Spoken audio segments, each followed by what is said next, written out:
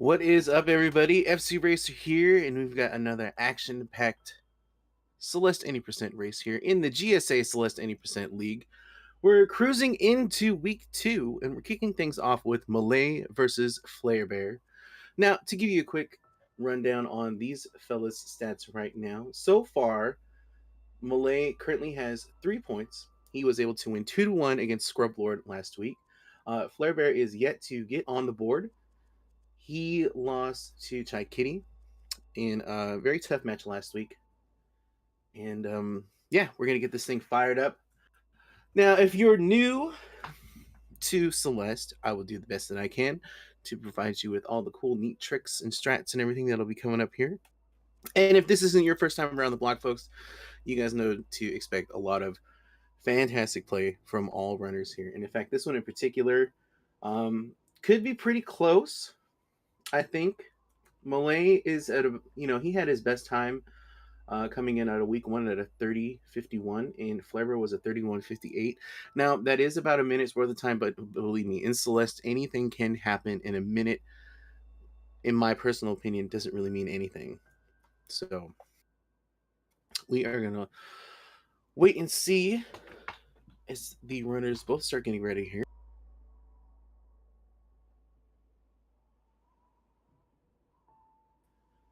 And we are closing out the stream with Celeste, but tomorrow we are going to be action-packed with a bunch of races. So if you haven't already, be sure to follow Speedrun. The league has, or there's many leagues, excuse me. But I'll get into that shortly because we are about to fly off towards the mountain here.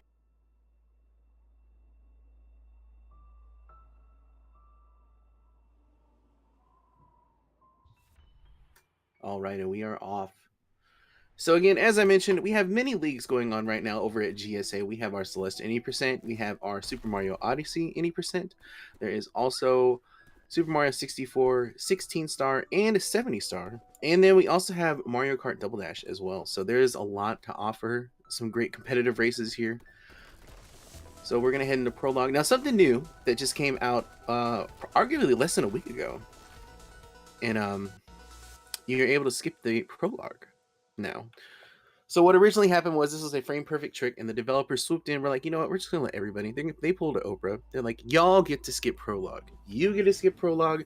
You get to skip prologue. So shout outs to Matt Makes Games, who's also sponsoring the Celeste 80% League here. And so we are moving in. Unfortunately, we see that Millay timer is set to chapter. He'll probably be able to make a switch to that at some point. Hopefully. But we shall see here. Now, City is a beautiful course. Definitely showcases all of the tech that is available in the game. So you're going to see both runners doing some hypers here. We got a wall bounce from Millay screen right there. There's going to be an ultra coming up here and a corner boost as well. We'll see if he goes for it. And also, I should note that, so it is in-game timer. Unfortunately, Millay does not have the... okay, bold run there. I would have waited until getting out of the chapter, but going in and turning on the file timer in-game, what a crazy move. Alright, so that is a little better here. Alright, Flarebear opting to not go for that ultra strat there. But we're moving through, and for the most part, it was Celeste 80%, particularly in a race setting. The first 2 chapters fly by very quickly. We're not going to really see much of a differential in times. Oh, I'm not getting a hyper there from Flarebear. Let's see. Able to recover, getting that spike jump, and about to make his ascent here. Going for the traditional strat here. Yeah, and we're going to get a time sync here momentarily, so just hold tight, folks. But not a lot of seconds apart. In fact, I think Flarebear might actually be ahead, if I'm not mistaken. I saw a 140. So we shall see here as we get fired up into this next chapter, Old Site. One of my favorite chapters. Yeah, so Flarebear is slightly ahead. Not by too much, but, we got that beautiful sync going on. This will be a better representation. Old Site has a great gimmick, the Dream Blocks. Pretty much when you dash through them, you will go in an indefinite direction until you fly out, or if you run into a solid object. which can happen. For the most part, we're going to utilize them to just kind of navigate our way through. You also have the option of jumping out of them and hyper dashing out of them as well, which we will see in Summit. But both runners now getting into the battle and chase. Oh, Millay taking a death there. With the battle and chase, the way that it's set up is it's going to mimic all of Madeline's moves, and it's on a 3-second delay. So, you know, there's a lot of games that have that kind of feature in there. And the route is basically designed so that we try to avoid any risk of bumping into our other part of ourselves, as the game puts it. So as I said, Millay taking a little death here. Oh no, Flarebear not getting the dash. He's going to have to... Nice adjustment there from Flarebear. But it allows Millay to pull slightly ahead as we get to this last coin section here. This room is very detrimental. We've had many runners actually take a death in there, and it's a very long room. But both runners moving along nicely. Now, here's where we might see a little bit of a separation here. We're going to get into the awake section. Now, there are no hazards that are here for Madeline to get into any kind of deaths or anything. But the terrain is very uneven, so it's very easy to not have your movement be optimal, just with some bonks and, you know, spaghetti flying everywhere. So far, Millay doing a fantastic job. Wow, he gets that very clean. A 151, excellent time. Flarebear coming at a 153. So we're not. Let's see here. Overall time 336, 337, folks. We got a second. Like, let's go. Let's get hype in chat. As we move on to Resort. Now, this is the chapter that I was talking about where we're going to more than likely start seeing a separation between runners. This chapter is significantly longer than chapters 1 and 2. It's actually longer than 1 and 2 combined. We have cycles to deal with our dust bunnies. There's going to be a lot more hazards. It's the typical third level game trope, I guess, where it's like you got yourself settled into the game, and now we're actually going to show you what the game is really made of. So we got everybody trying to get these keys here and opening these doors. Flarebear's going to get to the lock first. Opting to jump or dash up forward there versus straight across. I think it was very good observation on how that was going for him, but he's still a little bit ahead here. But again, anything can change. We're most likely we'll see in like huge mess. There's a huge labyrinth that is going to be coming up, and movement is very crucial in there. It's similar to the awake section. It's not as long, but it's easy to get caught up and just bonk your head on a couple things and miss some dashes here and there. But also with chapter 3, we have our first quote-unquote boss fight, which can lead to some problems depending on the player. Most notably if they take a death, because the cycle will change. And then most importantly, we have Demo Dash. Now, with Demo Dash, you got an opportunity to perform a dash that will shrink Madeline's hitbox by 4 pixels. And there's an actual gap. Wow, beautiful movement here from Millay in that huge mess section. Flarebear actually falling a little bit behind now. But with Demo Dash, you're going to have Madeline's hitbox go 4 pixels high, and there's a gap that these hazards that has a 4 pixel space that you can dash through.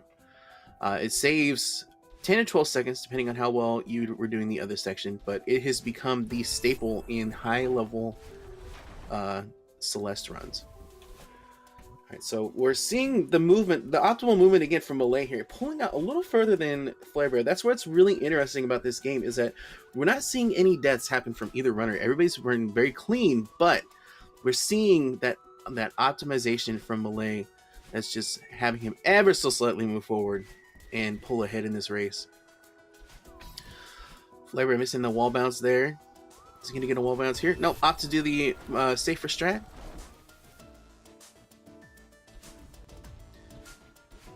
Alright, as we move into the towel section. Now, this is another section where strats are a little different. We'll see what Millay's going to go for. He's doing the short hop on the second pillar. Flarebear is going to wait on the first one. So, you know, little optimization there. And then we'll see how Millay handles this one, too. This is a big one. Going for that wall bounce, but Flarebear taking a death. And Millay is, too. Oh, no. That wall bounce into... like to skip that cycle, it's really tough, but it does save a good amount of time here. But both runners faltering and taking a death, so there isn't really much of a difference in times right now from where we were at before. Oh no, flarebear overextending his hyper dash there. And now Millay pulling slightly further ahead as we go into elevator shaft. This is where the demo dash is going to be taking place. It's going to be one more screen after this where Millay is at. So we're going to see. Not getting that wall kick there, unfortunately. So we'll see if flarebear can get it. But here we go. Now, if I remember correctly, both runners opted to grab the checkpoint. So, and it looks like flarebear might have taken a death. But Millay gets that first try. Wow, so fast I couldn't even catch on to it. Oh my goodness. So that's going to be huge. It's going to put a little pressure on flarebear here. He's going to have to get this demo dash on first try to keep himself on pace here. Oh no, missing it the first time. Nailing it on the second. That's not too bad. It's about 2 seconds, a 2-second loss.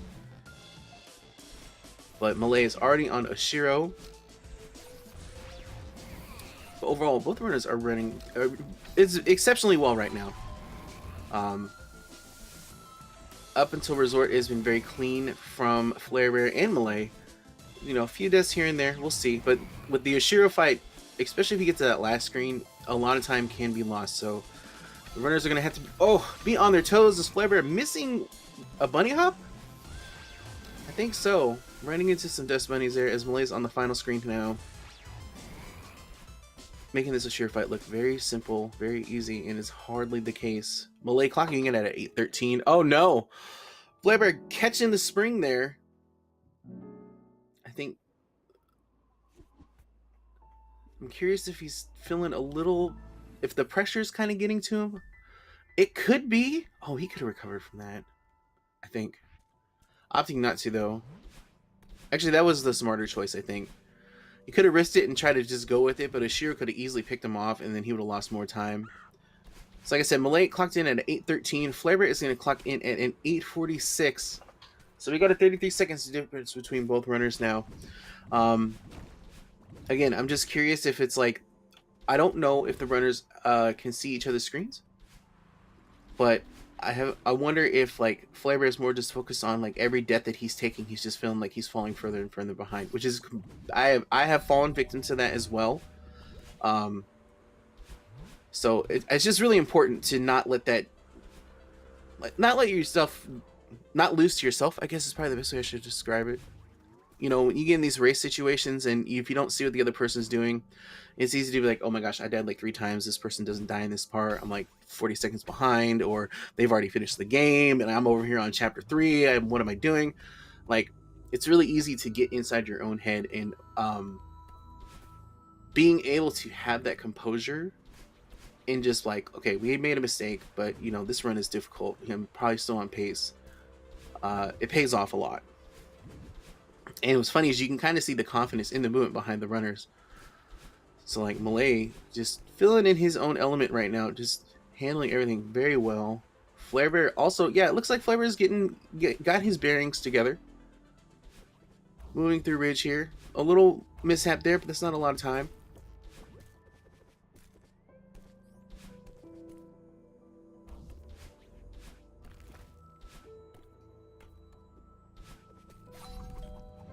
Oh, what?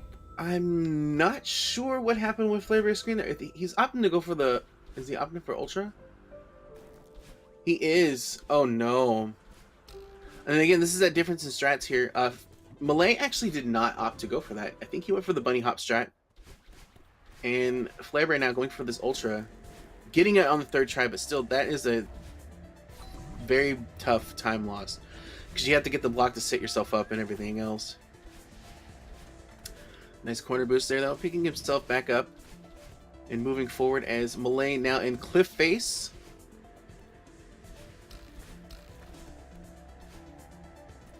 Again, this part, harsh winds prevent Melon from moving forward, so the player and the runners have to utilize the dash a lot. I'm like, pretty much, if you are just walking, you're not going anywhere. So it's important that you just have your dash up at all times and push through this wind, and Millay doing a fantastic job here on this final screen, making it look so easy. Oh my gosh. Let's go. And he is out.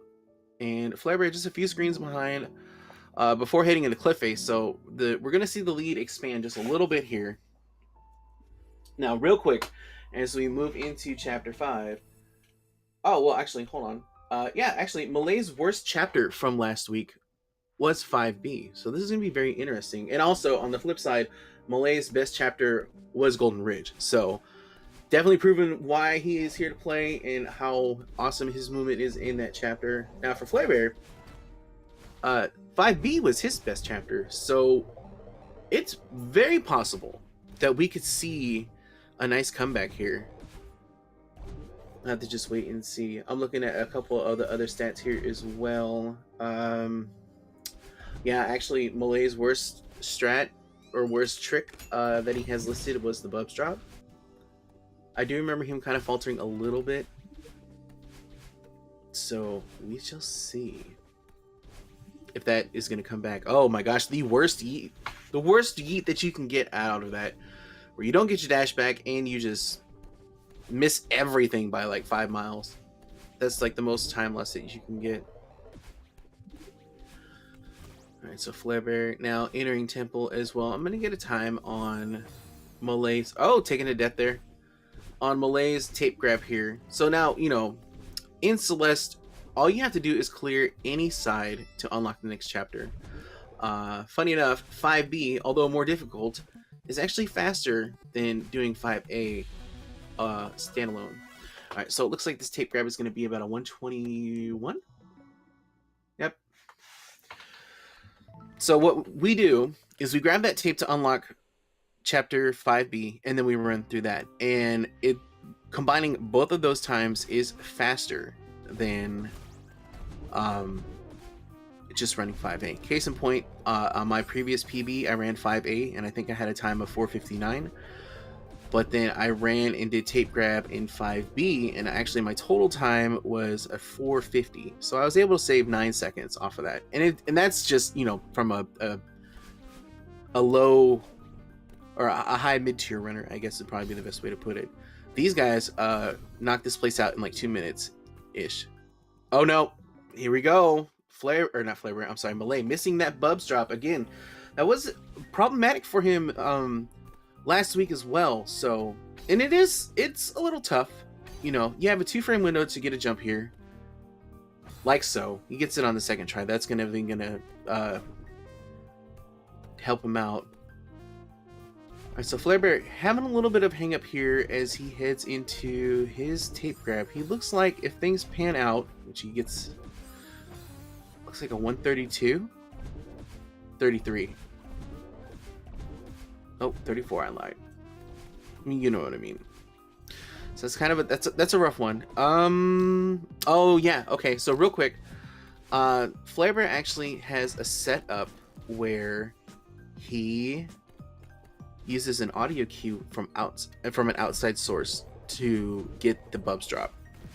It's been like the hot trend because Bubs drop, it can be very inconsistent, and we definitely have seen that in the league so far. I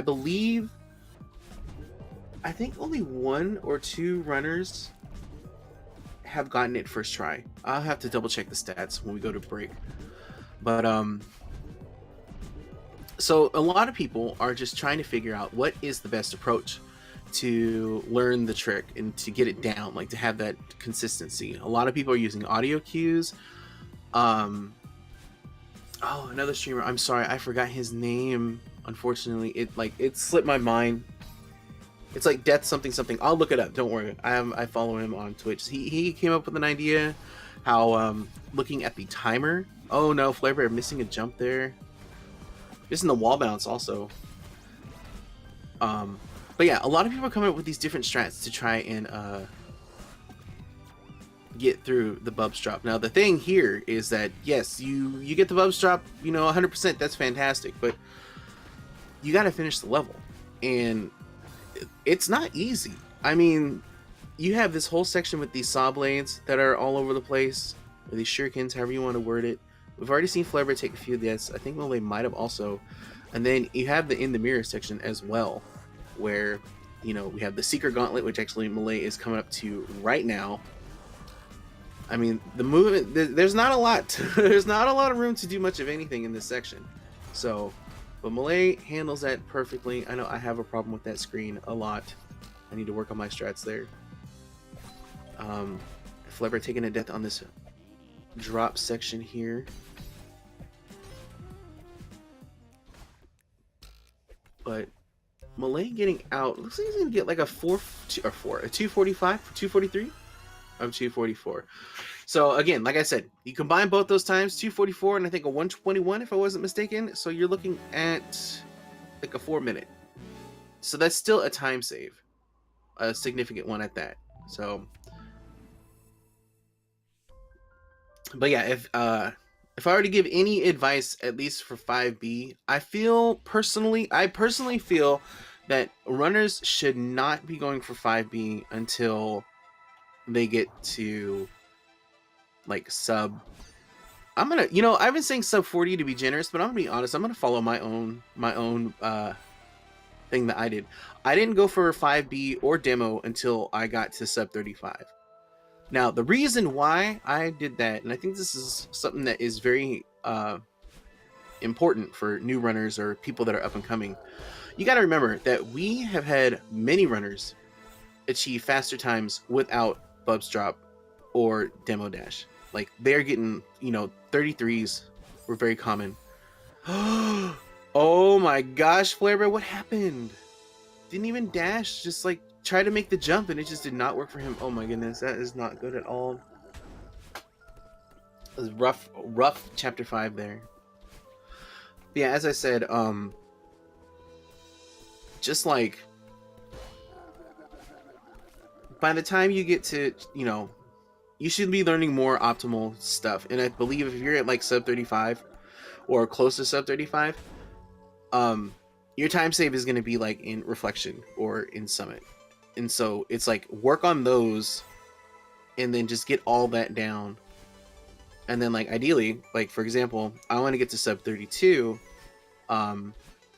Since I waited to do 5B and Demo Dash, I really only need to do is just get a solid 5B and then fine tune my Golden Ridge, and then I can get that.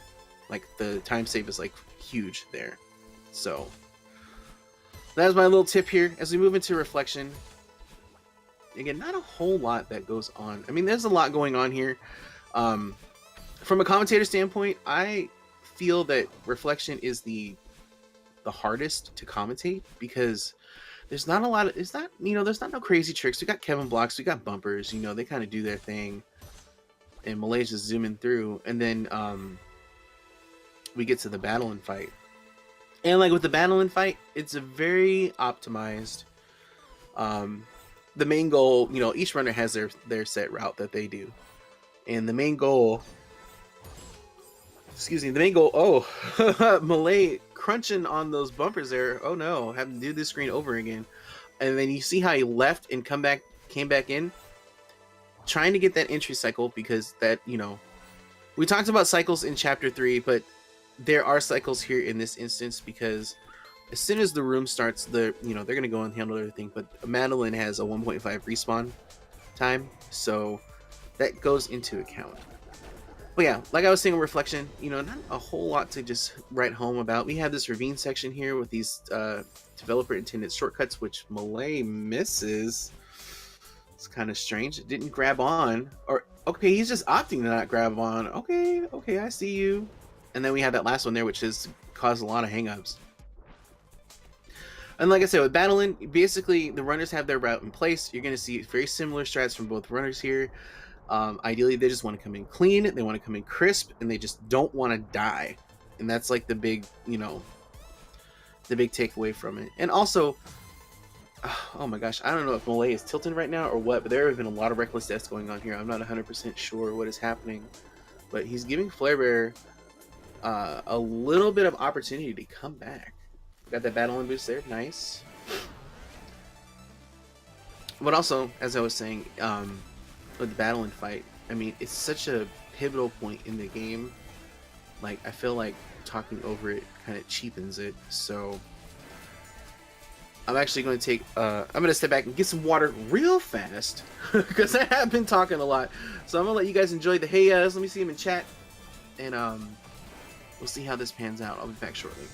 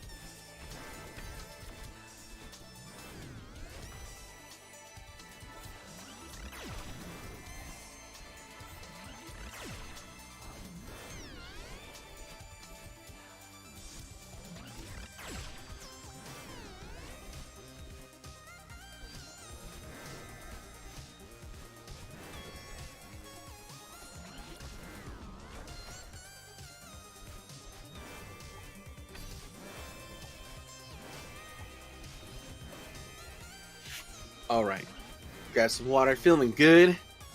As we have both runners now in the battle and fight. Millay about to get into the second portion of this.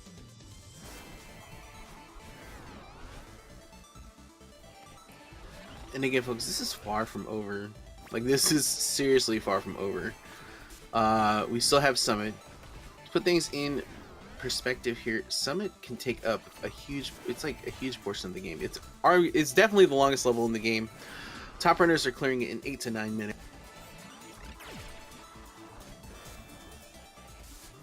And there's just a lot of places where things can go wrong or things can go exceptionally well. So I'm not sure if he landed wrong there from flarebear's side or not, but was able to finish it up there. As Millay is on the final screen, getting that fast strat. We're gonna ultra off this bumper. One more ultra, and he is out. Wow, excellent time here. Millay looks like he might get a sub 530 for reflection, which is very good. A very impressive time for such a long chapter. Oh no, flarebear running into a little bit of a hiccup here in this screen. Just a few screens left on his side for the battle and fight. He's got 2 more to go. But yeah, Millay clocking in at, I believe it was a 524.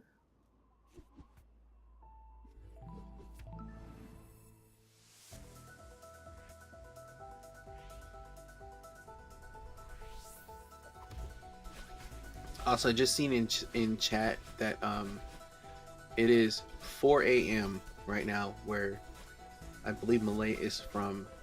So for him to play at this caliber, I'm gonna assume waking up that early. Even then, if he stayed up to play, that's very impressive on his part. All right, so flarebear ready to tackle Summit as well. You might notice that we've got 2 dashes now, so this is a nice new mechanic after some fantastic story-driven dialogue from Madeline and Battlein. Again, if you have not played the game, you should play the game. It's very good. Definitely going to be a future classic / masterpiece as the times go on. Whoo, Millay! Oh my gosh, almost missing. Almost missing that and forcing a death there. Holy moly! Also, oh no, I don't know if that was. I don't know if he needed to retry there. I think that he could have just easily gotten to that dash crystal. He missed a crystal and lost his dash, but it was easily possible to recover.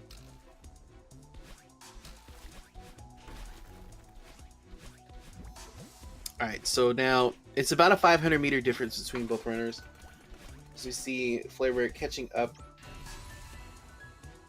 but it also looks to be, I have to double check, almost a minute difference between the both runners. But again, anything can happen. 1500 can cause some drama, 2000 can cause some drama, 3000 can cause some drama.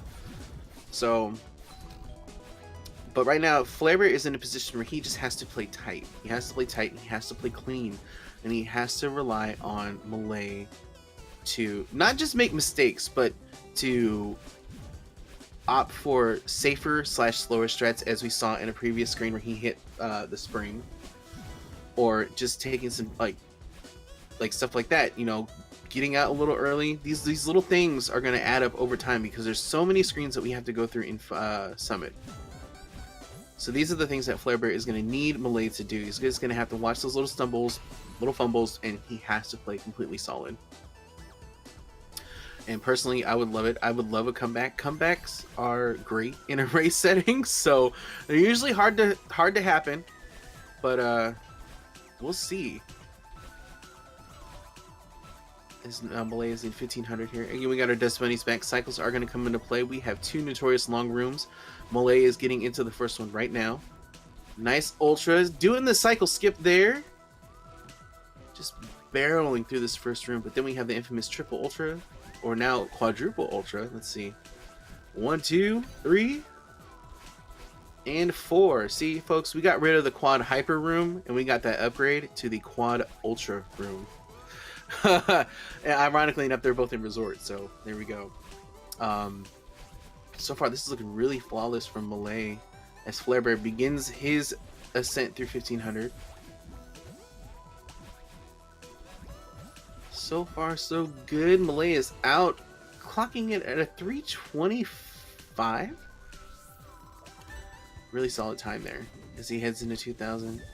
Flarebear going for some different strats. No ultra there, but you know, everybody has their own thing. It's best, you know, go with what you know. You don't want to come into a race setting and try to bust some new stuff out because it's very risky. And again, that quad ultra flarebear making it look so easy.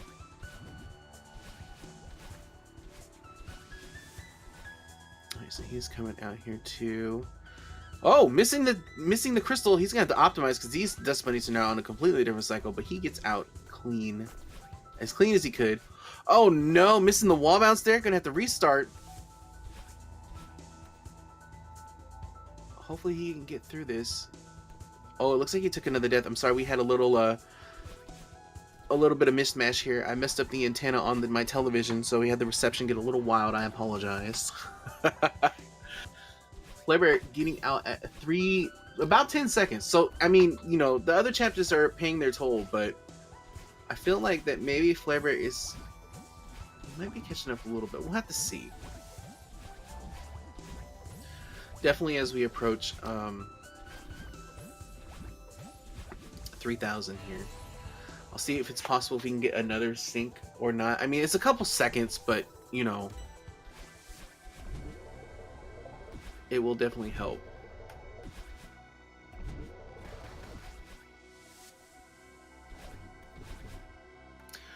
And I'm late in 2500 while he is zooming here. Now, unfortunately, I do. Oh no, he's gonna have to reset up his strat here. Unfortunately, I do not have each runner's PB here. Millay having a little bit of trouble with the double spike jump there, but was able to get it without losing too much time.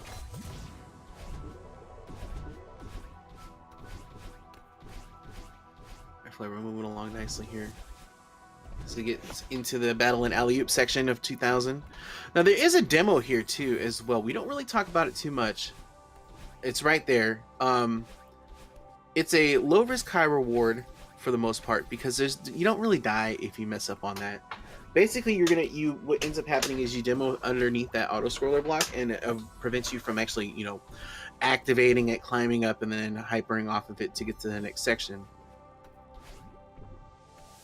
But it saves a little bit of time, and you technically, quote unquote, don't lose any time because, you know, you would just do the normal strat. But Millay is now in 3000, coming in at a 2822. Flarebear missing this too. Both runners having a little bit of hang up on that double spike jump room. Alright, so like I said, Millay coming in at 2822. I'll try to get Flarebear's time here as he touches down on flag number 30. But oh, Millay taking a death on 26. Taking another death. Okay. I think he's trying to go for fast strats there and just didn't get enough height on that first dash. Oh no, Flarebear taking a death on door skip.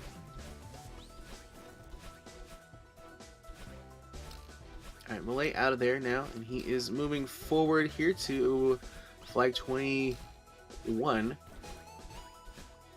And now on flag 20. As Flarebear now getting ready to touch down on flag number 30.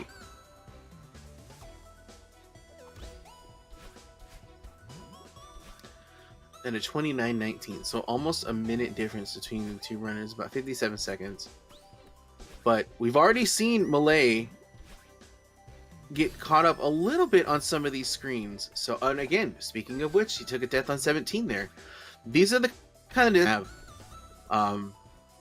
especially in the home stretch here. If Flarebear can play this very clean, like for example, boom, flag 26, no deaths, let's go.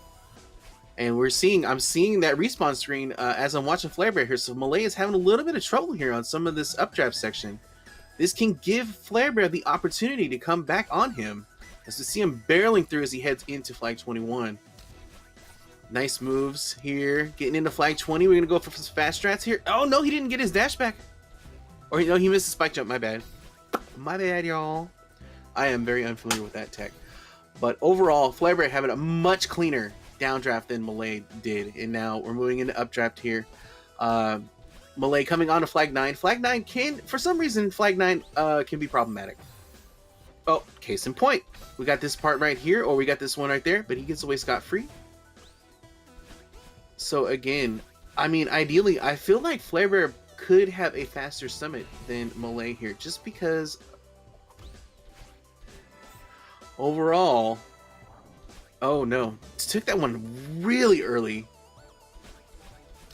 Alright, so now Millay on flag now 4, that quick. Okay, he's got the turbo.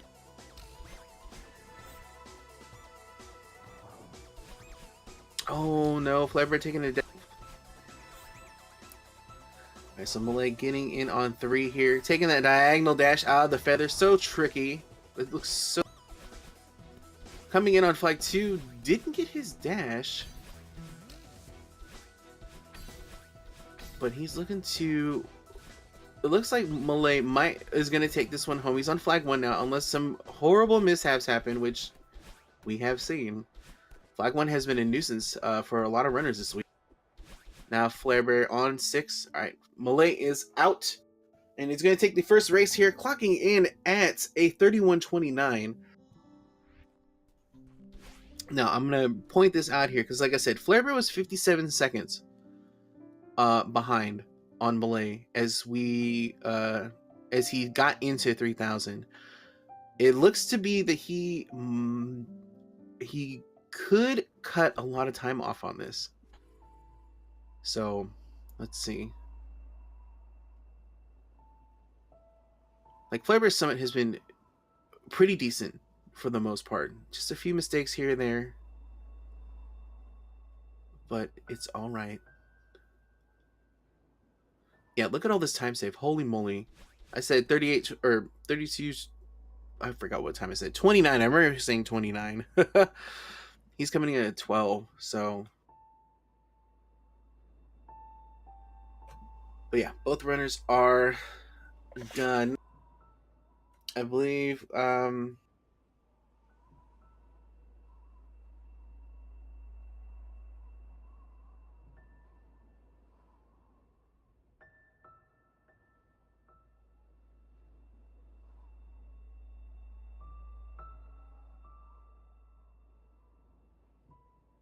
All right, so we are going to take a short 2-minute break. So this is a great opportunity for you guys to get up, stretch those legs, grab some water, the whole 9 yards, and we will be back with race number 2 very shortly.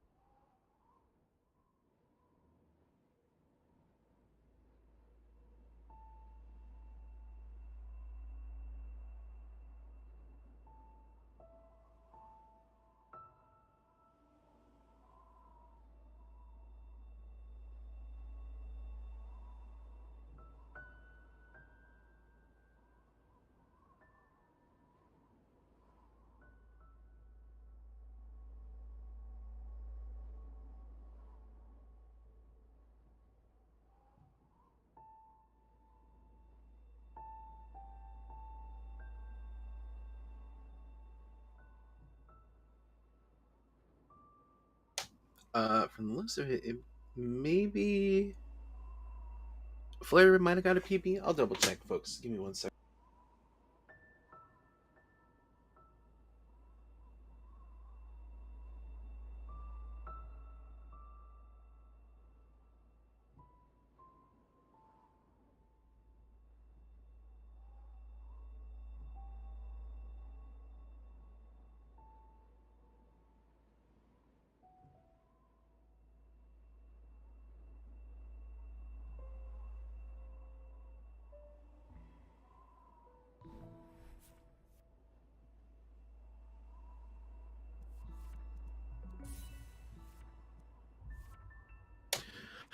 Oh yeah, that is a PB from Flarebear. Just like that. I'm sorry, guys. I am super behind on a lot of these stats. I'll try to make it up to you as we get ready for game number 2.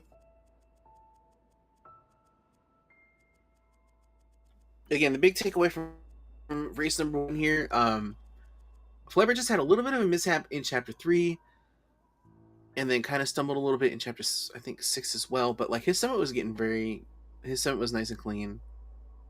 Considering, I know that he's probably not satisfied with it. He had a 9, a low 911, almost 910, but kind of looking over the numbers here. Like I said, Resort, I think he could have did he probably, I'm assuming he feels he could have did a little better.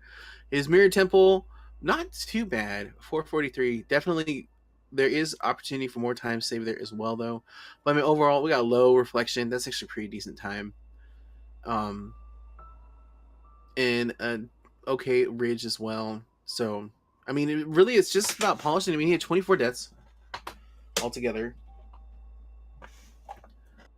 But we are going to get ready to jump into the second race here.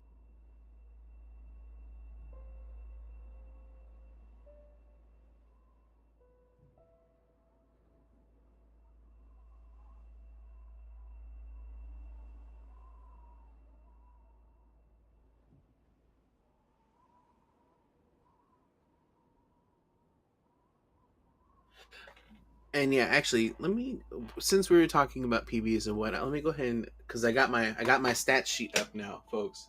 About to hit you with the real serious stuff right now. So in week 1, Flarebear's average time for his races was 32:24, with his best time being a 31:58. So already off the bat, huge improvement from Flarebear as he's moving into this next race here with Millay. For Millay, on the other hand, his average time was actually oh wait, no, I'm on the same tab. Hold on 1 second. Sorry, y'all.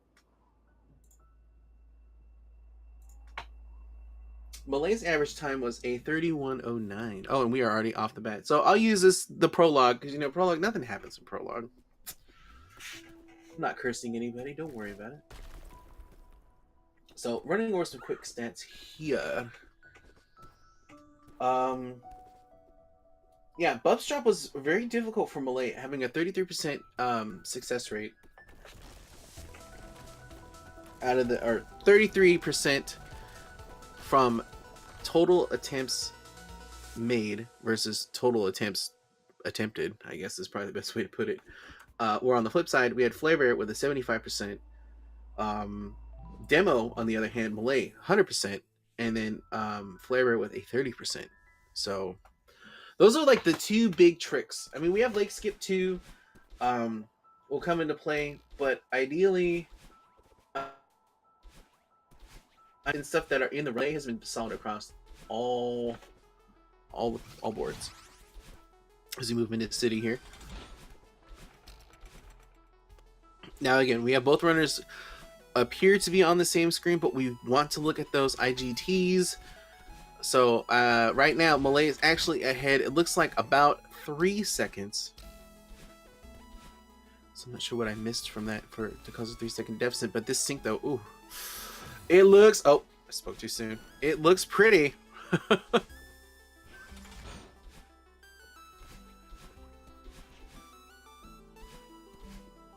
Oh, Flare overshooting that dash and grabbing that zipper. I'm surprised it actually didn't go and activate. That would have been could have been disastrous. All right, so we are getting very close to the end here. We're gonna see two different strats from both runners as we hang up on the screen. Okay, they got out. I was gonna say there were two different strats there. So flarebear down by about 2 seconds, which isn't much. Again, you can have a mishap and old side. That's, you know, okay. So the respawn time for Madeline is 1.5 seconds. So a death, one death for Millay, and flarebear is right back in it. And we still have a lot of mountain to climb, so don't even sweat the details, folks. As I mentioned earlier on, we're not going to really see, you know, the big chapters that are Resort and Onward, because like the first two, they're very optimized. Like, they're very optimized. It's just, you know, runners know their stuff. They know these maps like the back of their hand. I bet you, like, if they listen to the soundtrack, they can visualize their run just based on the soundtrack.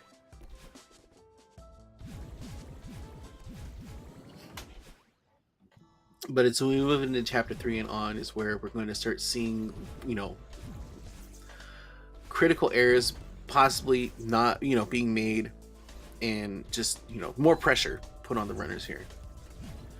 We're back in the battle and fight. Now, in this section, flarebear ran into a little bit of a hang up on the second to last screen. Was able to recover, but was still losing time because of it. It could have lost a lot more if he had a death, but we'll see how he handles it this time. So far, Millay is zooming through as he hits this last screen here. Alright, flarebear getting it there. Millay getting that last coin, letting him get out here. He's going to exit at a 1:14. Wow, that's a really solid time. flarebear is looking to get in at 1:17. So again, a couple seconds off. But, you know, we can see a huge difference here in a wake. So, for example, boom. Millay starts at 1:31. We'll see how long his awake is. And then flarebear is starting at a 1:33. Wow, this is excellent movement from Millay here. Oh, a little bit of a mishap there. Oh, I spoke too soon. All right, so it's about 16 seconds for Millay, and flarebear about 17 seconds. So, again, we've seen a little, you know, a little bit of time there. But Awake is so technical. Like, if you've seen the tasks from SGDQ 2018, you know what opportunities are there for runners. Okay, Millay, for some reason, stopping on a dime there out of nowhere. I'm not sure if that's his general strat or what, but was able to. It looked a little jank. I'm not sure if that's what he normally goes for. Nice room from flarebear here. Now again, Resort was where we started to see that gap kind of go. flarebear was taking some deaths, kind of getting a little bit on tilt, so he's going to have to, you know, again, composure. It's such an important factor in these races. Like, you have to refrain from getting on tilt. You have to not, you know, fall and stumble to that pressure. I mean, some people, oh no, flarebear taking a death there. Some people thrive off of that. They actually perform better under pressure, but, you know, it's really up to each person. We also have Millay taking a death there too. That room is deceivingly difficult. But flarebear makes it look very easy.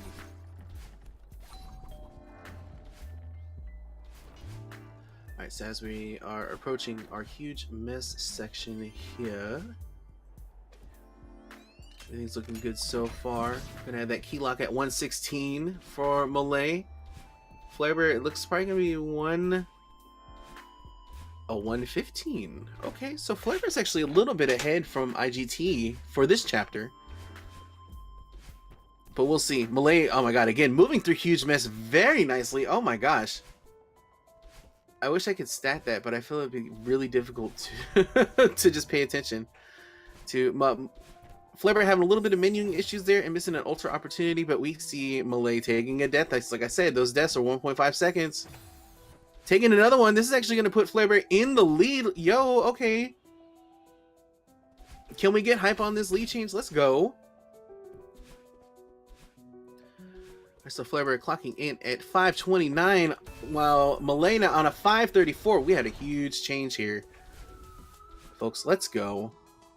Like, this is where, like, again, as long as Flarebear is playing tight, he's gonna help maintain this lead. Now, I believe Millay has better and faster strats in some sections, so Flarebear's gonna have to try to just take as much as he can from this lead and do the best he can.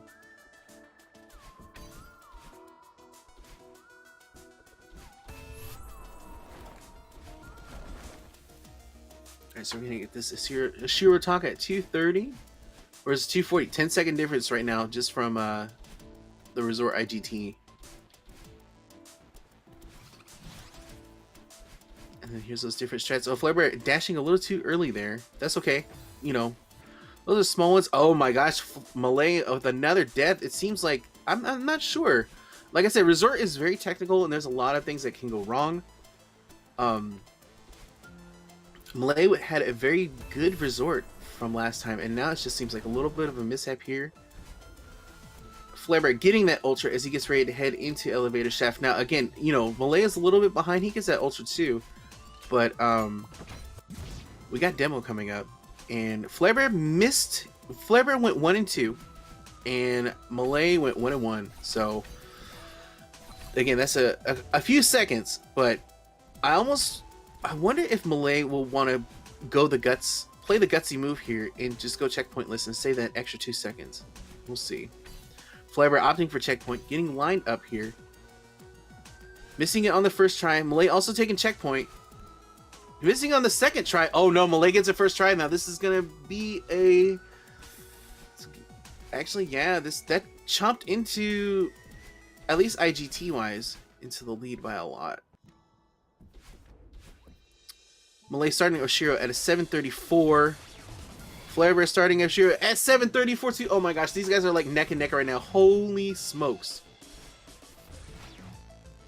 Jeez, let's go. Now again, Oshiro very technical. Flarebear having to hang up on that first game. No problem this time.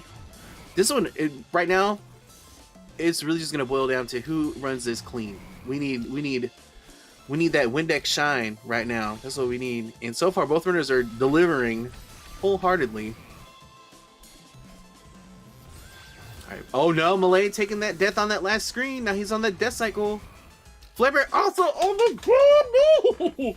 Both runners on death cycle. Oh my goodness, this is really bad. So far, Millay handling it well. He's going to get out at a 4:53, but Flarebear's going to have to do a little bit of scrambling here. Woo! At a 4:54. And that's just the resort time. I'm sorry, folks. I think that's going to put Flarebear behind by a few seconds here. My goodness. Let's see. Yeah, we got Millay. He's going to hit the screen at an 8:29. And I know Flarebear is going to start at 8:29. This is a couple seconds. About 5 seconds between the two. As they hit Resort. Resort, again, was one of those ones where this is Millay's best chapter. So...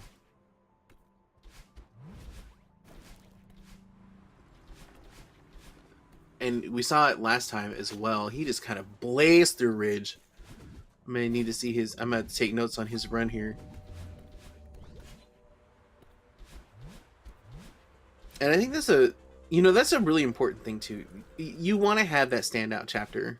I mean, like, Millay, obviously, his resort is, like, supremely solid from what I've seen. TGH's Summit, for the Derby Summit, you know, you want to have that, like, you want to have that chapter where you can just be like, look, if I have an opportunity to catch up, it's going to be in this chapter. You know, you want to have that.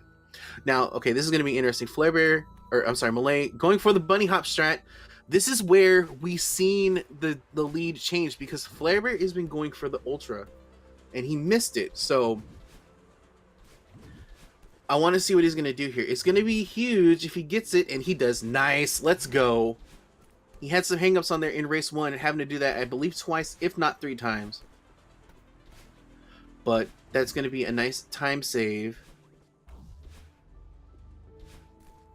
Millay getting a little caught up here on the auto block section, but able to recover and bounce back. And now Flarebear zooming along here. Another reverse hyper. Nicely done. Going for the traditional strat. And we got Millay getting... Oh my gosh, running out of stamina and trying to get on that... Oh, woo, okay. I don't know what happened. I just looked over and Madeline is bleeding red, running out of stamina. Holy moly. That could have caused a lead change if he didn't recover from that. Oh my goodness. All right, Millay first into cliff face at about 10:33. Flare right now getting ready to jump on that too at a 10:40. So we're about like 7 seconds right now. We've seen Millay take a death in the second screen here. Flare getting it first try. So again, the time save is real, folks. This is a lot closer than our first game by a long shot. I just saw Flarebear do something that I need to add to my run because we do the same route there, but I do something a little different, and that is way safer than what I do. I'm about to take that. All right, Millay getting into the final screen of cliff face here. Just these green bubbles. Yes, bubbles, not orbs, folks. I think everybody will agree. All right, Millay clocking in at, let me get these times, please, at 11:28. I think it was a 28. Is it a 3 or 8? I'm not sure. It's a little blurry on my screen, but Flarebear with 11:26. Do we have a lead change? Is that what we had here? Hey, also shout outs to Artie Walsh. I see in the chat. Oh, 123. I'm sorry, but Flarebear chopping in to the Millay's lead here by a few seconds. Holy moly! Also, it looks like I am joined by the one and only Programmatic. How's Hello. it going? Hey, how's it going? Good. Just saw you were by yourself, so decided I'd stop yeah. in. Well, I appreciate the company, especially for this race. This has been bonkers so far. Yeah. So I'm definitely hyped for it. If you don't mind, I'll let you go ahead and kind of just run things for a little bit in Chapter 5, if that's cool with you. So both of them are approaching Yeet at the same time. So how did the Yeets go in the first race between them? You know, I'm not. I don't. Millay did not get it. I'm not sure if Flarebear got it or not. I know from a yeah, it looks like Flare missed it this time, though. Fortunately. Yeah, from a statistic standpoint, that seems to be the lower end of their tricks. Millay had a 25% success rate with Yeet, and Flarebear had a 33% success rate. So it's a little tough here, but these tape grabs from both runners are definitely faster from before. I think Millay had a 120, and then Flarebear actually had a 130. So this is a huge improvement on his side. But we'll see how Bub's drops go. Yeah. Yeet is one of those strats that looks flashy but doesn't save as much as it appears to. It's also, but it is a very low risk strat, so it's one that you can pretty much go for even if you're not consistent with it.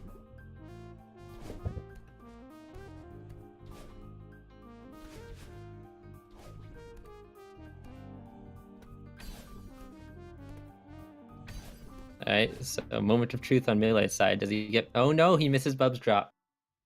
If Flarebear can get first try Bub's drop, that's gonna put them at about the same time.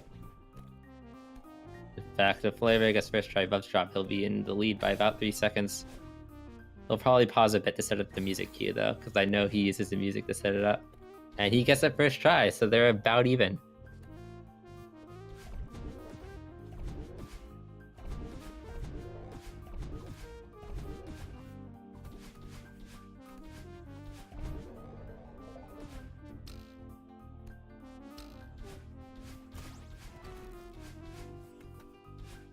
In fact, they're pretty much dead even.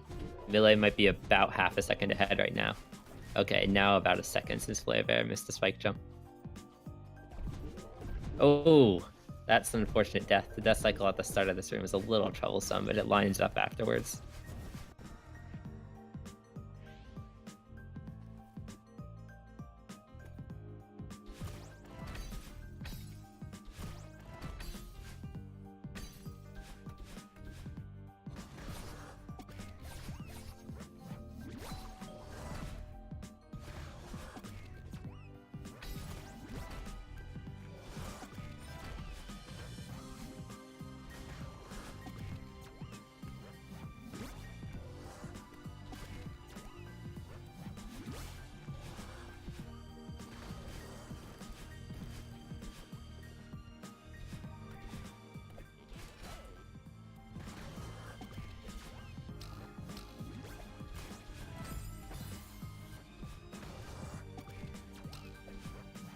I think Millay may have died in that PO room.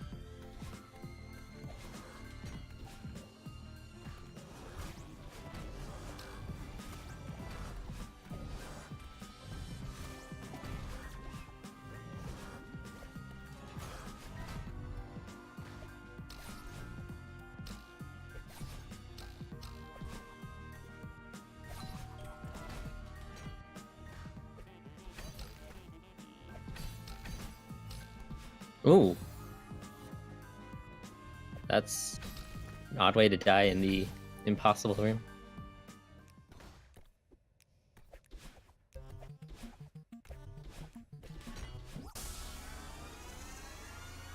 Alright. Flarebear with about a 3-second lead, finishing Temple B.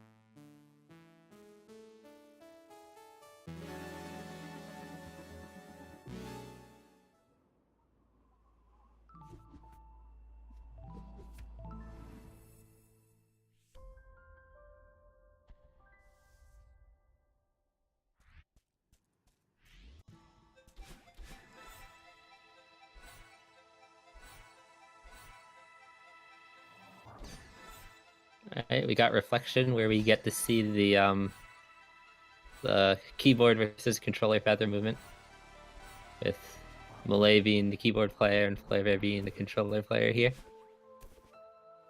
Shots are mostly the same, but it's interesting to see how they move in slightly different ways through each room.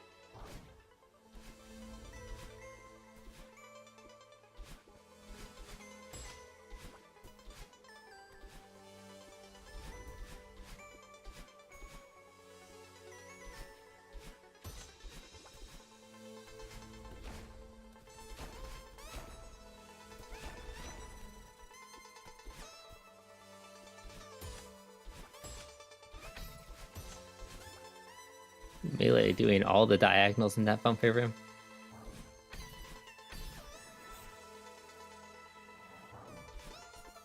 You see Flarebear going bottom. I'm not sure which route Millay takes. Looks like Millay is going top. So if you can do this perfectly, you can shorten the gap between them. I think, yeah, I think that's gonna put Millay at a slight lead now.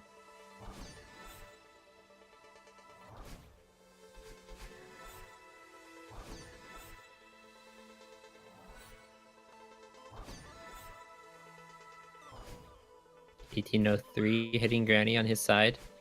Yep, Millay's about 5 seconds ahead now. Partly thanks to the top route and maybe some general better movement. Alright, I am back. Huh? So, one quick thing to note, Millay ran into a few hangups here in Ravine. Looks like it's not the case today. Yeah, As you trouble get this to that time, very yeah. clean. But of course, we move into battle in here, and again, it's just gonna be about, you know, the runners just doing what they know best. Again, I mentioned in the first race, I feel like Reflection is the hardest to commentate because one, there's so much going on, and like the battle and fight is just such a high octane scene. I feel that talking over it is cheap. It cheapens the effect, so we try to do our best and maybe just pinpoint some more some disasters movement. We'll see.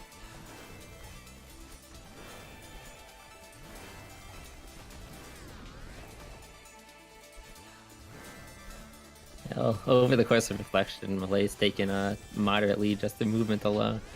They've both been doing very well in their own rights. Yeah, and I think that's the big thing too. like Malaysia's been very solid and very confident behind a lot of the skips and movements and stuff like that.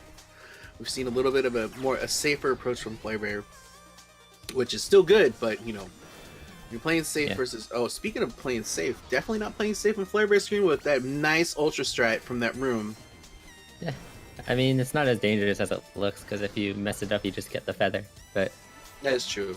What's really dangerous is the double ultra strat where you wave dash or reverse wave dash off the blue block first. Ooh, okay, he's all right.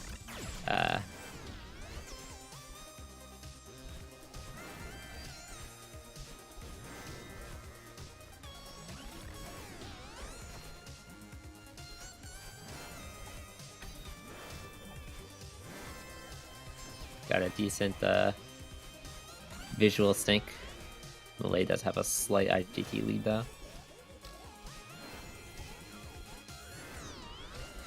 Yeah, it looks to be about 8 seconds. So this is like a lot. This is a much cleaner run from both runners. Particularly Flarebear, I believe he was significantly farther behind. But now here's where it's really going to come into is that as they moved into Summit, Flarebear actually was able to carve into Millay's lead by a lot. So if it's this close again, we could see an upset. We'll have to see how this pans out though. So both runners now in the final room of Reflection. Got one going for fast strat, second one playing a little safe. Pays off for Millay. Oh my gosh, that laser was. And that particular room, that last room of battle in, is one of the few rooms where controller really does make a significant difference in how difficult it is to get the fast cycles. Because you need like pretty much flawless feather movement in order to grab the feathers without falling out of them. And you need to grab the feathers without falling out of them in order to get the fastest cycle in that room. All right, so Millay at 120, 21-27. Oh, we got a 10-second difference between them as we head into Summit. Oh my gosh, let's get hype in chat. Can we get hype in chat, please? Because we are hitting that last section here, the aggro crag, for all you youngins that know about guts back in the day. I'm not sure what that's a reference to. Oh no! I'm showing my age.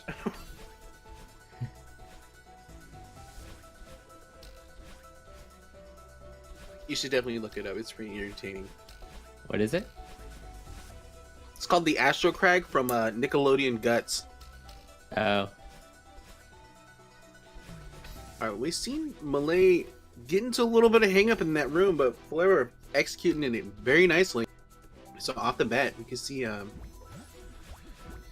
let's see here. I'm gonna rely on getting some times here. Millay getting lifted off at 22:09. 10 seconds or 9-second difference.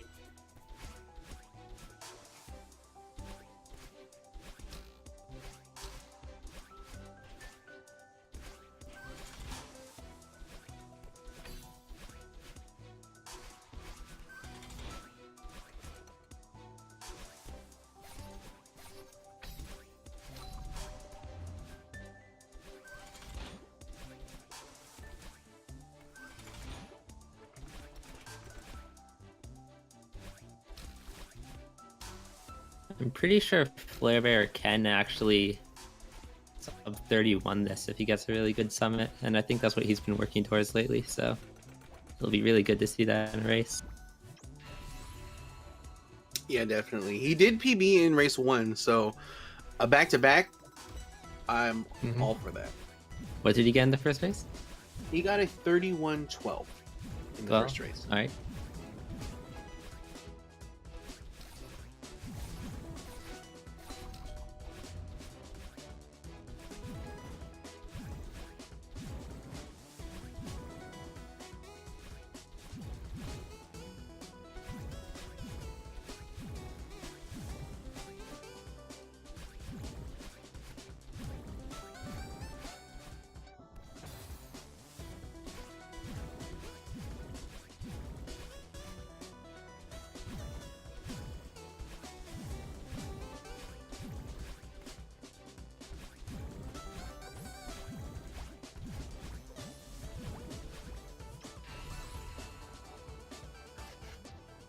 Now we're seeing Flarebear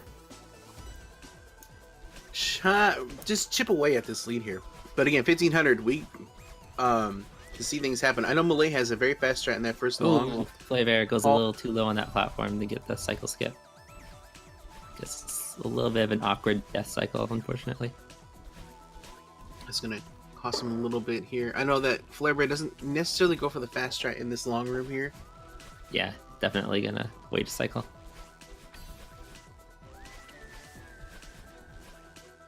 Oh, goes over that one though, so that's half a cycle.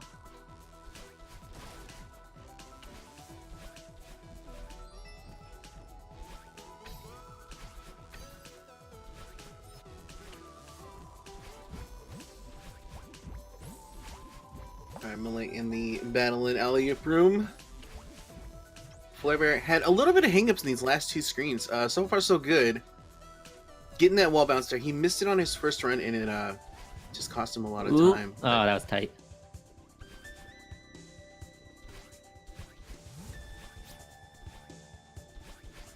Looks like Millay hasn't picked up the demo dash hyper strat in that room yet. Looks like neither of them are doing it. Maybe it's not as much faster as I thought it is.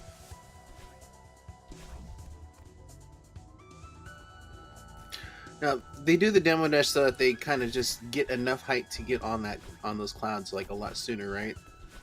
Is that how that works? Instead of going forward more and then wave dashing to the cloud, you just demo dash forward. And doing the demo dash hyper off the first cloud just pretty much automatically lines you up to do another demo dash hyper off the second cloud. Oh, okay.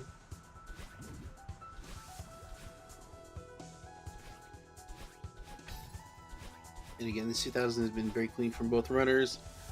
We see they get this other demo dash that I mentioned in the first race that we don't really talk about it that much, but I think it's just because how if you miss it, it's like, it's whatever. But it's that right there. It looks like the kind of thing that you could already do without demo dash, but you can't. Yeah. That gap is ever so slightly bigger than your hitbox. So you need to shrink it down first. Millay taking a death there, just overshooting that red bubble. Giving Flarebear those opportunities to jump back in.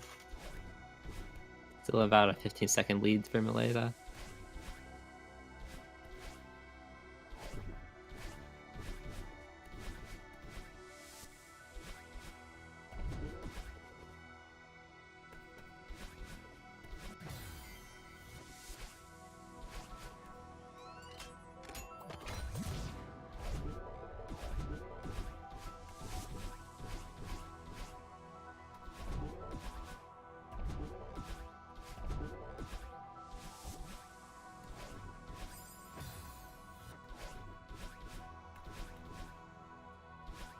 Yeah, Millay taking a death in the thread the needle room, also taking a death in the door skip room. Another one. Uh-oh. He's gonna just forgo door skip on the third try, or the first door at least. That's intense. Half door skip. Run is only 50% valid. Okay, if there's any place to die in this room, it's at the very start. So let's hope the rest of it goes well for Flarebear.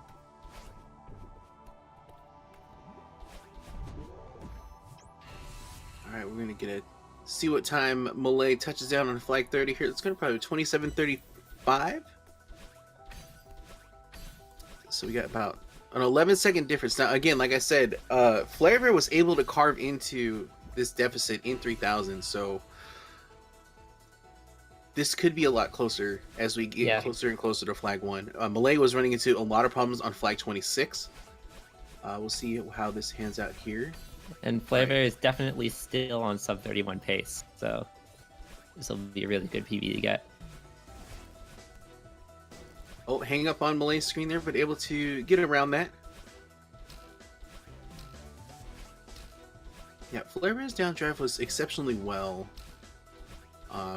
While Millay had a little bit of hangups. Millay had a few hangups in flag 14, I believe.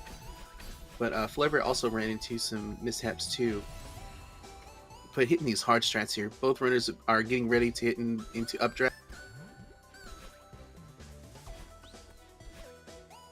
Whoa. Oh, he tried to go for the hyper strat. A little awkward, yeah. Good thing you can touch down on flag 18 to get his dash back. The only reason you would ever actually grab that flag. Yeah.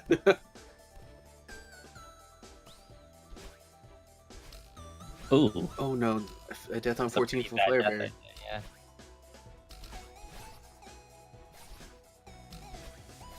We got Millay getting ready to get through 13 here. Oh, Flavor is going to play it a little safe on this flag.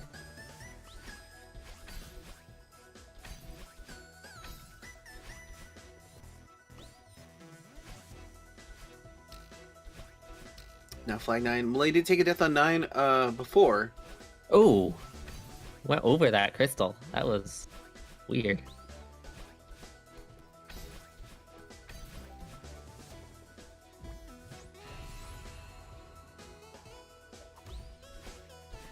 Oh, yeah, Flavor is in a very good position to... He's still on pace for sub 31. Yeah. Gonna be pretty close though. Can't make any serious errors Yeah, on he's the gonna last have few to. flags. He's gonna have to finish this one very clean. Speaking of errors, Millay taking a death on flag number 4. Yeah.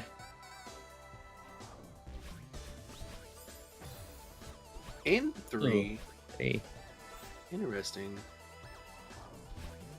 Now again, he's still up on IGT, so I don't think it's too bad. But Yeah. you know, oh, this one's scary. He skipped flag 2.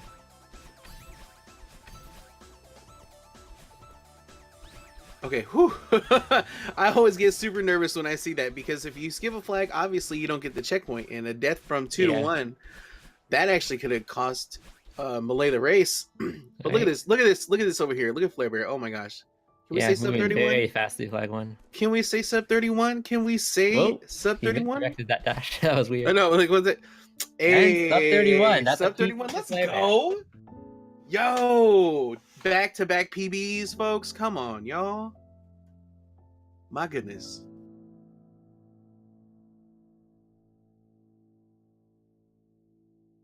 Yeah, and it's still a pretty close race too. Only about 18 seconds apart. No, like 28. No, 18. Yeah, that was very close.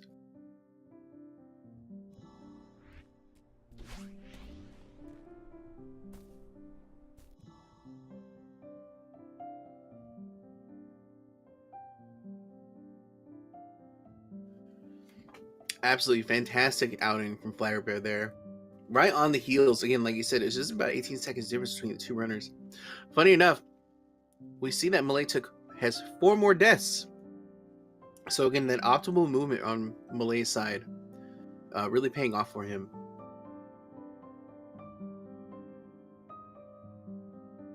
Alright, so Millay does take game 2, which means he does get the bonus point for this set, but we still do have a third game. And we'll see if Flavor can make this a 2-1. Yeah, man, at this point, Flare Bear is really putting the pressure on Millay to stay on par and consistent with his runs. So we'll see how things are panning out as we move into game 3. Do you think... What do you think, Programmatic? Do you think we're going to see another PB from Flare Bear? He did say his SOB is well under 30 minutes. So like, I know he's been aiming for like at least sub 30 for a while, and he just needs to get around with fewer deaths. Like 15 is still like a pretty high death count for runners at this level, so Yeah. he definitely has a lot of room to save still. It's gonna be very interesting as we move into the third race here. I would love to see it. I would love to see him get to, you know, sub 30. I think he's there. He's just got the confidence with him. Just keep playing solid, like with what he's doing, and I think that it's very likely we could see it again.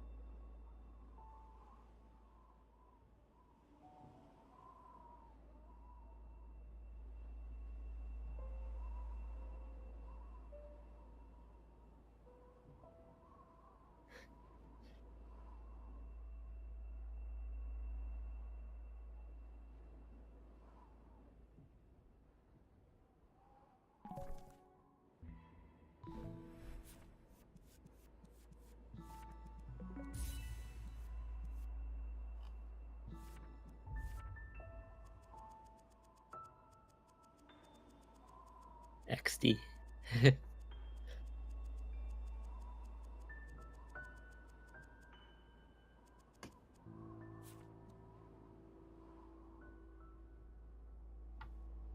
All right, looks like we're about to get race 3 underway here. Now, the big thing about the third race that I've seen is this is where like the mental fatigue starts kicking in. Um, I've seen a lot of runners get a little more loose with their gameplay. A little more mistakes are being made. I think it's just that mental fortitude starting to wear down, because it's one thing to just run at any percent, right? But to do it 3 times in a row and in a race setting where you are trying to beat somebody, it takes a lot out of you. So this could be a huge opportunity for Flarebear to snatch that other point. Caesar's been making great strides. I mean, coming off of that P, I would be pumped to just like run it back and be on that part. And that could put pressure on Millay as well. So we'll see as we fly through the prologue here. No deaths, no whammies. Let's go.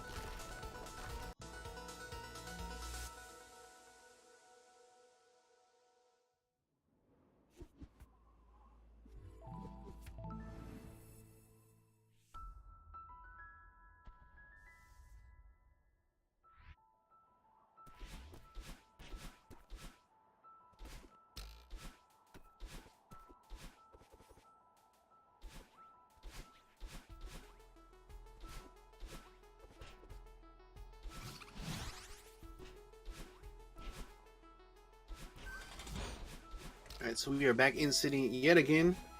Oh, he has a little trouble getting back up. Again. And he doesn't get his dash back from the reverse hyper. I was going to mention, city has been a little problematic between both runners today. So, but we have a lot of there's a lot of gaming left to go. So far, the trouble sections have been, city, resort as always, and then a few other places as well. Mm-hmm. And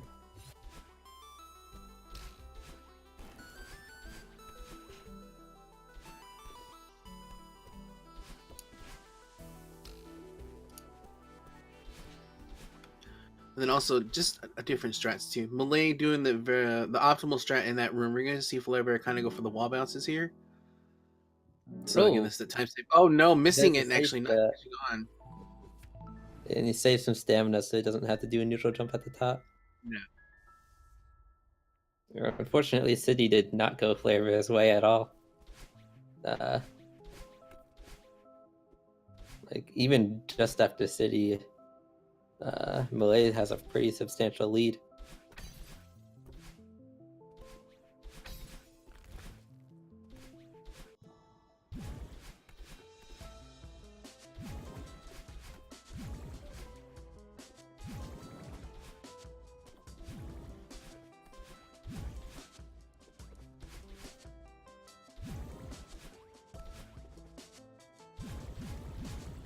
All right, Millay getting ready to get into the battle and fight here as Flarebear is activating his dream block.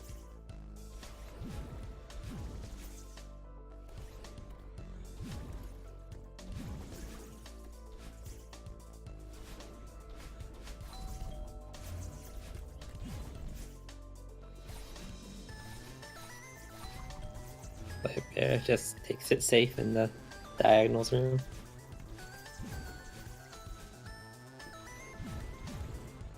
Now, Flarebear had hangups in the first race in this room that Millay was in. He was able to handle it fine in the second one, but I wonder if that's still going to be present in his mind as he heads to that room again. Mm-hmm. So having a little bit of hang up there, but able to get out. Right, here we go.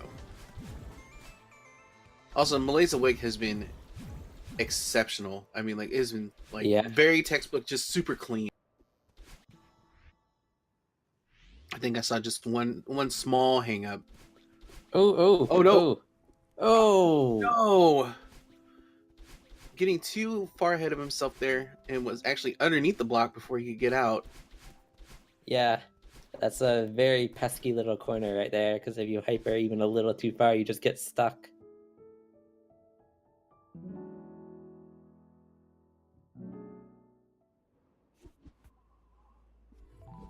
Ooh, that's a little Is awkward. trying to hyper out of Oh, those? it gets cornered as well.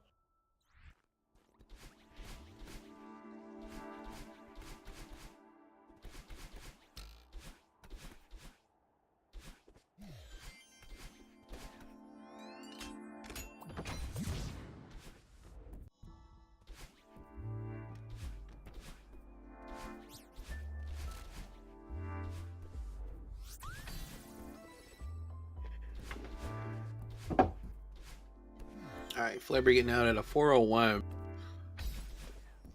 And Millay just further extending his lead as he enters resort here. Yeah, Flarebear is going to have to just like... He has to play extremely solid. Like almost near perfect for the rest of this run right now. Just with how much of the time difference we have. Millay lightening up on the lead though, taking a death a couple screens back. Speaking of which, taking another one right there. So, I mean, right now, unfortunately, just with the hangups that happen on Old Site and with City, Flarebear's going to already play pretty perfect, and then Malaysia's going to take a few mistakes here. And, you know, we have demo coming up. What was that? What happened? He dashed down right. Interesting. Oh, no. He may have been... Oh, no. This is a hard death strat to recover. Yeah. Yeah, I usually just go intended route if I take a death in that screen. Because I'm really bad at reverse hypers, for one.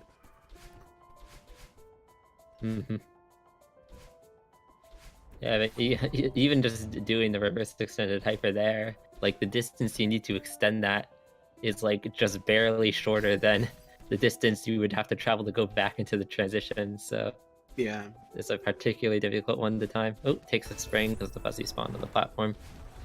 Yeah, Flarebear...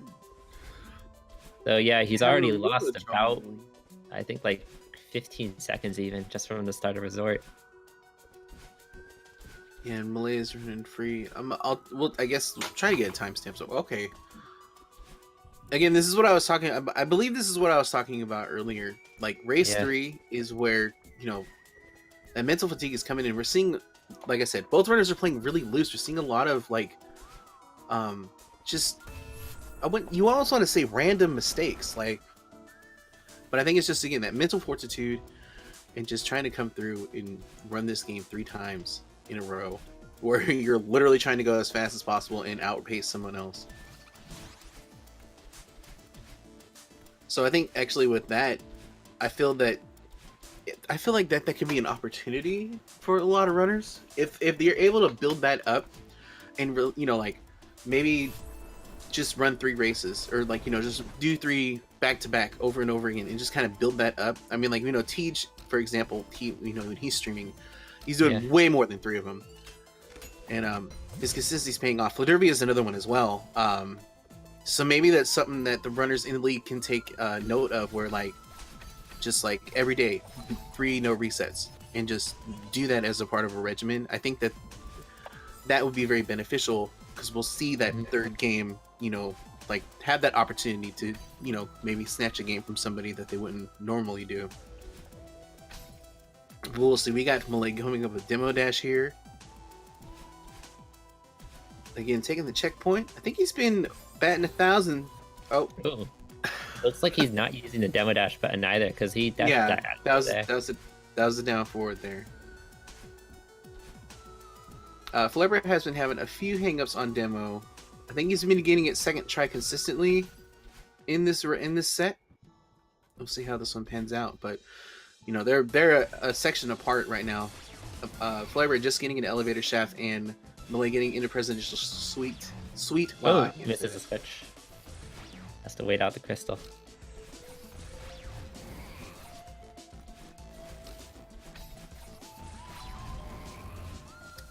Oh, like if I were in Flarebear's shoes after this chapter, I would definitely push to take like just a brief break, like 30-40 seconds, whatever. Like get your head cleared, get into that, you know, shake all that stuff out and just get yourself back into the game. You know what I mean? Yeah. I I think, you know, as speedrunners, people feel pressured that they have to keep going, and it's like, no, we are allowed to have just that short time in between chapters, and you'd be surprised at how much that helps. Like, just getting your head clear and Oh no. yeah. Flarebear is dying at the end of all of the longest rooms. Oh my gosh, yeah. I he needs to take a short breather. You know, take that time in between this chapter and the next one. Like, he has to just get that, you know, clear your head and move forward. But now Millay moving into Golden Ridge. Again, this is Millay's best chapter last week, so, and he's been continuing to perform very excellently through this portion here. I mean, you can just see it in his movement. I like, for some reason, I like to talk. Goes yeah, entirely over the spring. Again. He does it twice. Oh my gosh. I have trouble like landing directly on the spring without hitting the wall behind it, but Flarebear managed to accidentally go over the entire spring twice. I really don't know how that even happens, to be honest. Yeah, I don't either. Alright, Flarebear, barring no spaghetti, finishes the last screen at Shio very strongly. Okay, nice. That is a good confidence boost moving out. But yeah, like, there's gonna be like a whole half-minute loss over the course of Resort, though. There's 9 deaths.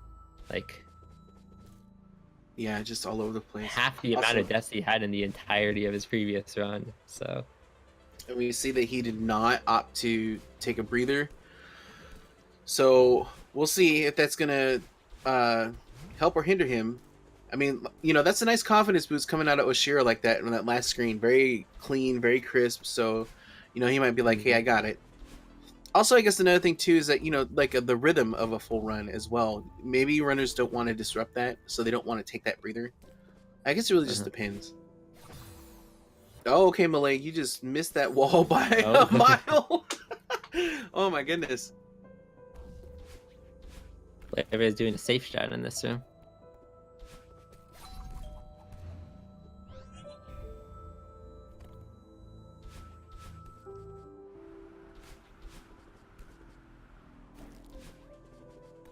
Now, we've been talking about optimal movement and, you know, fast strats and etc. stuff.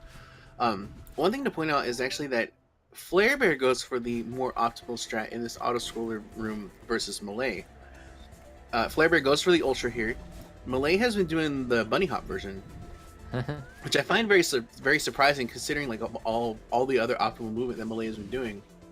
I figured that screen would have been in his I don't know the word I'm looking for. Yeah, it's just it's a screen you really don't want to mess with if you ever die in there. Like, oh, definitely. You have to be extremely consistent with whichever strat you choose. So maybe he's just not confident enough doing the ultra version to go for it. Whoa! Flarebear accidentally wall boosted off that block and nearly catapulted his head into a spike. That was the weirdest movement error I've seen in a while. Yeah, and then on Millay's screen too, we saw that Madeline just like, he either dashed too early out of a bubble, but she just like fell extremely short behind a green bubble. Mm-hmm. Alright, so we're moving into chapter 5. Again, Bubs drop. We're gonna see, like, this could be the opportunity for Flarebear too. I mean, we've seen people mess up Bub drop over and over and over again, so it's entirely possible. We'll have to wait and see though.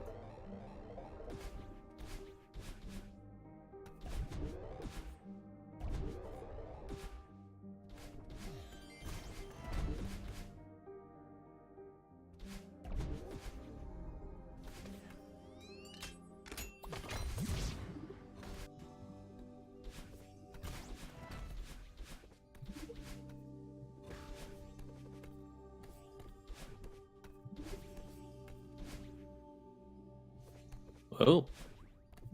Yeah, I don't know about this play. For the most part, like, it's easy when you mess up on Yeet in the first part. Mm-hmm. I see a lot of people go back and try it again.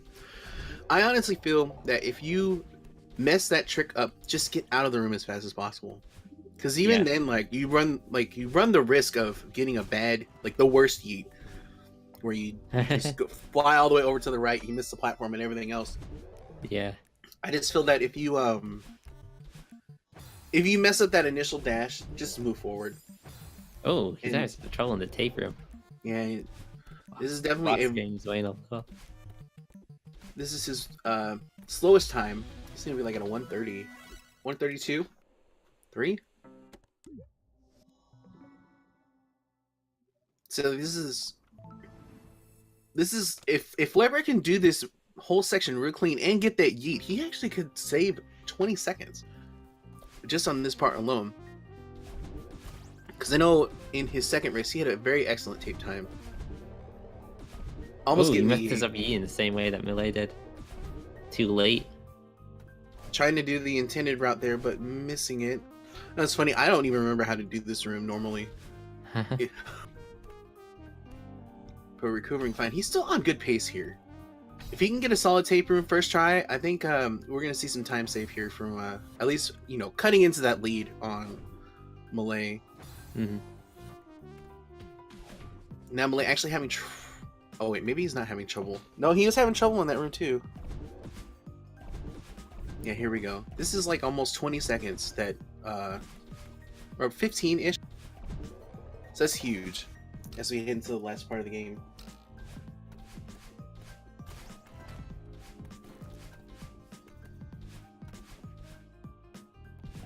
Oh, I see. Flavor adjusting his volume so that he can turn on his metronome. Getting ready for Bub's drop. He's a big fan of those musical strats.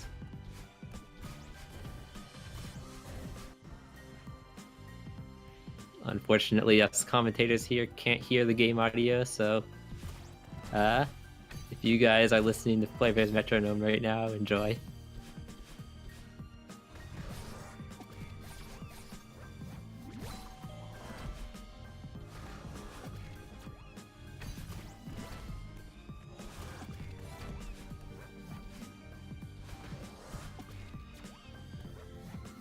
First try.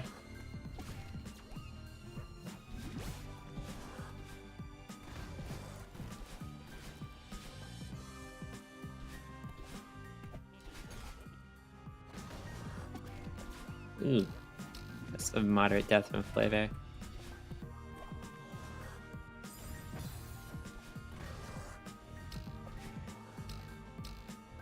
Ooh, Seeker's on the loose.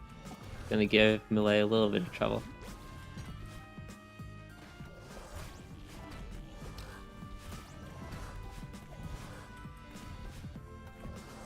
Ooh, Millay missed the button himself and tried to lure the Seeker into it, and then the Seeker missed the button.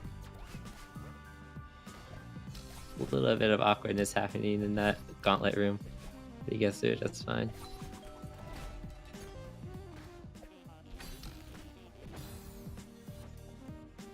Once again, struggling with the impossible room a bit.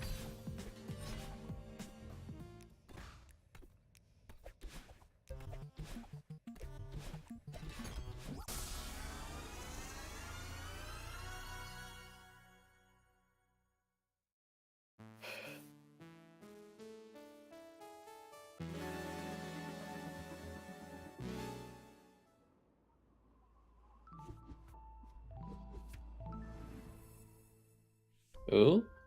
Oh, he loses his dash. The time slow from the Seeker might have made him mess up the timing for the extended hyper.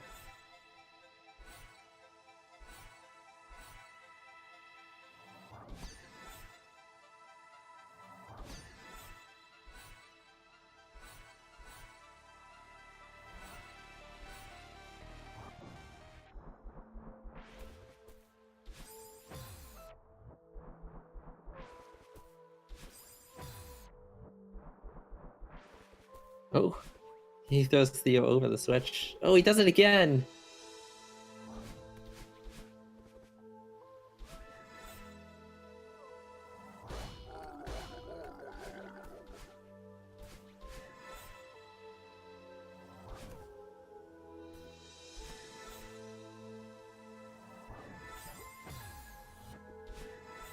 Oh, the platform eats his momentum because he was a little too slow with the hyper.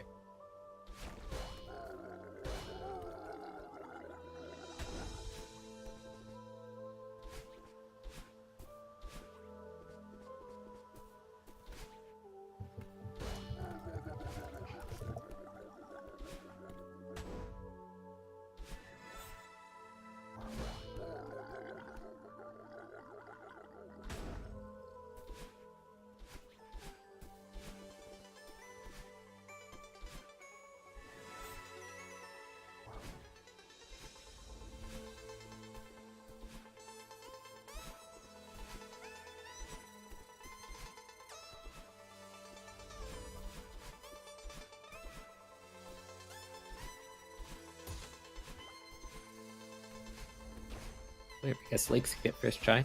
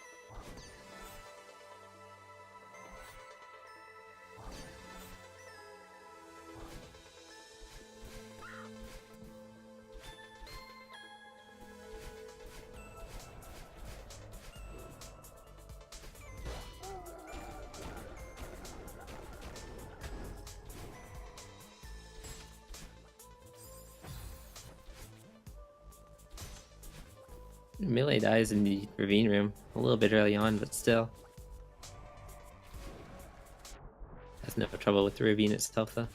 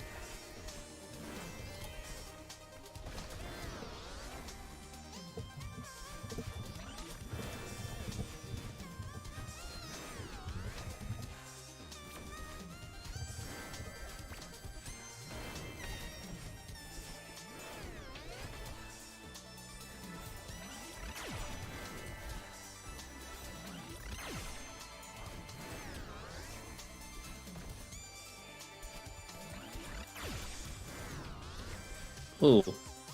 Flavor misses a corner boost and ends up jumping right into a fireball.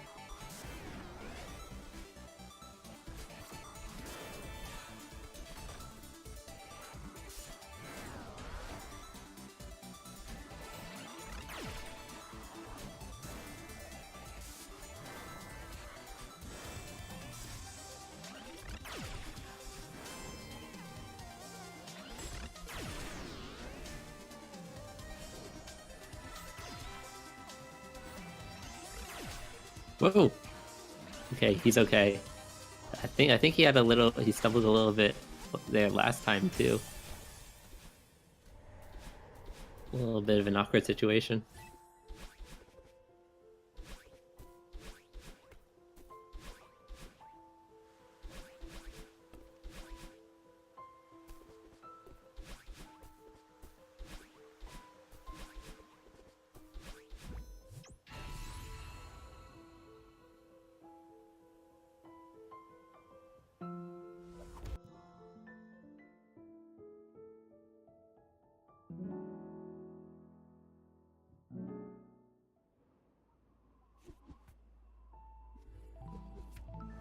Right, so it looked like it was a pretty solid reflection on Millay's side. Looks like he isn't doing quite as well as he was doing last round, though. Alright, I am back. Sorry about that, folks.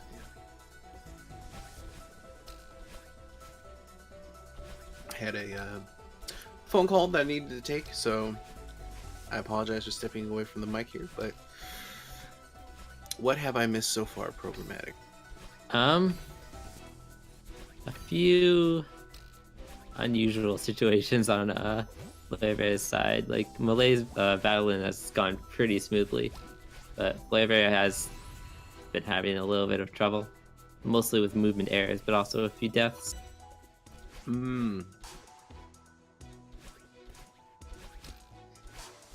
so we have Millay in City for Summit.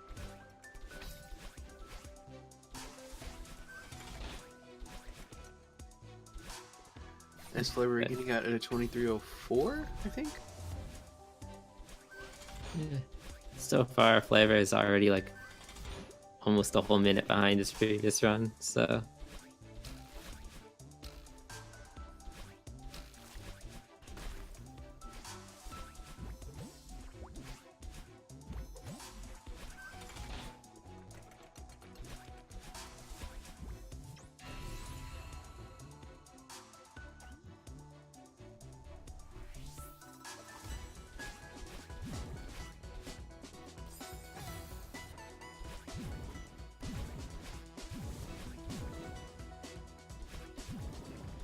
Also, I believe we will have a post-game interview from Flarebear. I'm not sure about Millay. I know it was mentioned in chat that it's like probably almost 6 in the morning for them over there. So I do not hold it against Millay if they do not want to opt out, or they want to opt out for the interview. You got those dream blocks too. Like I said, that's probably my funnest section in Summit is 1000. Like hypering out of those and doing all that cool movement stuff is such a blast.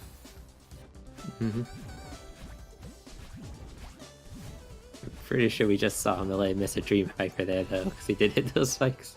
Yeah.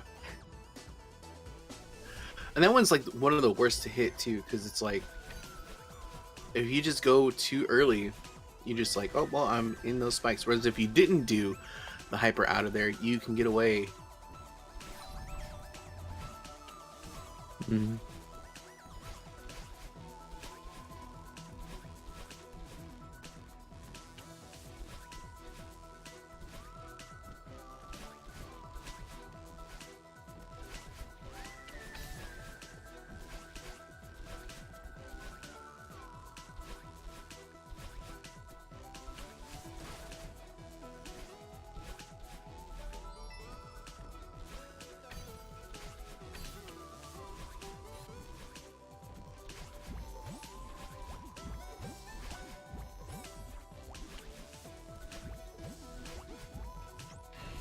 Ooh. Oh no.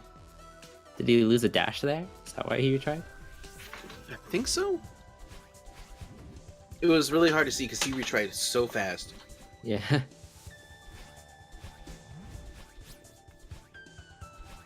Right now, Millay in 2000. He got a strawberry behind him. Let's see how far he can take this. It's like one of my favorite things to watch when people run this. So, for those that are curious, strawberries don't collect unless you're on what is considered safe ground. Yeah, there you go. You have to be on safe ground which is basically anything that's not hazardless, including auto blocks, for 9 frames. So some runners, when they get those strawberries, they try to move them around. Uh-oh. What's going on here? Got a little bit of a display error, it seems. Yeah, I'm not sure what happened with flarebear's stream. Whoa, it's amazing how quickly he caught up. And they're in sync right now. This is nuts, folks. No, I'm not sure what happened. Hopefully we can get something. We apologize for the possible technicalities. Technicalities? Is that a combination of difficult technique? I don't even know what I'm saying right now. So let's just forget everything that I just said in the past like 5 seconds. Your voice is glitching up as much as the display is right now.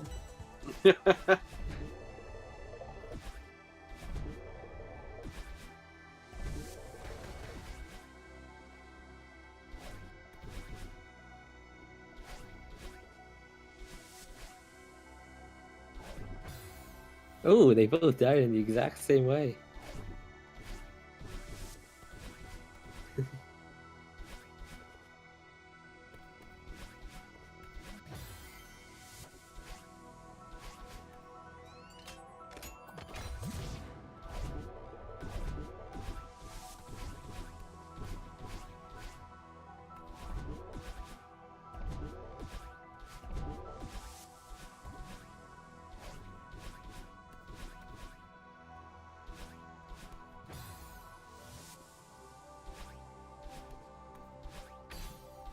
Alright, looking at chat, it looks like Yeah. the internet might have went out. Oh, it looks like it might be confirmation too. Oh no.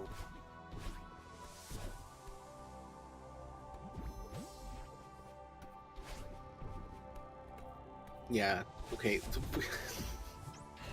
I'm looking. We like Flarebear is just kind of given up and decided to just hang around in reflection. I'm not sure what he's doing. No, I'm looking at it. I think this is the actual like full background that they have of the section. I'm not 100% sure why Madeline is looking like that. Maybe she's mid-swim. I'm not sure. All right, so yeah, I'm not sure what we're gonna do here because if Flarebear's internet went out, I'm not sure exactly. Oh, he's back. Is that him? We're back. I think so. That's him. Yeah, that's got to be him. All right, we're back. Looks like the stream came back on its own because it doesn't seem like he had to pause or anything. Yeah.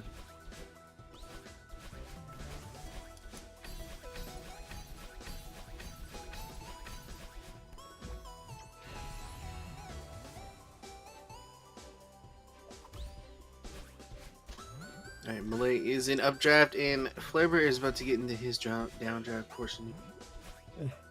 At this rate, Flarebear should be able to just barely sub 32. So, not the time that he wants, but it should still be acceptable. Oh yeah, definitely.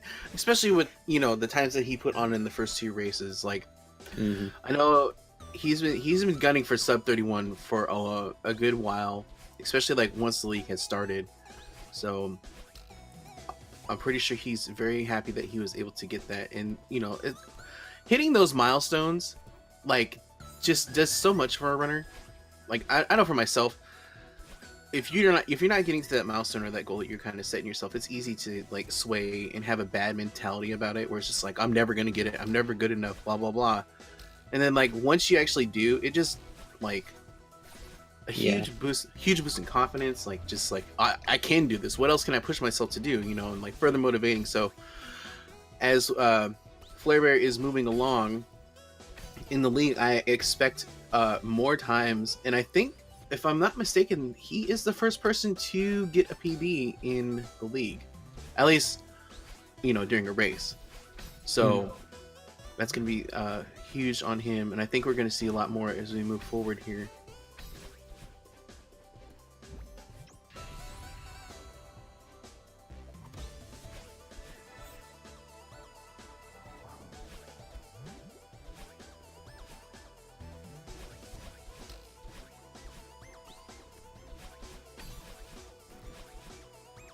Yeah, and I can only assume that Flarebear like didn't like quit out when his internet went out or anything. His stream must have just gone up because, or maybe never mind. It was probably the GSA staff that synced it back up, and that's why it's still Yeah. missing. Never mind. Because it doesn't look like his timers are grayed out or anything like that, which they usually do if you save and quit and come back in. I don't know if that's for if you have the file timer or if it's just chapter. I mean, Yeah, we'll know. I can't tell if the chapter time is grayed out or not. We I think if might you be able save to tell and at the quit, end. I think if you save and quit, the chapter timer stays valid though. Okay, actually, that makes only, sense. It's only return to map, I think, because save and quit Yeah. is just equivalent to a retry, basically.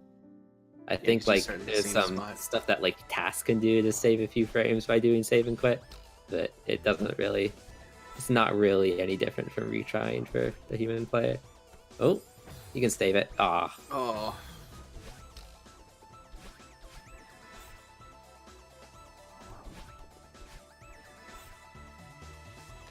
Alright, well, Millay finished up with a 31-21.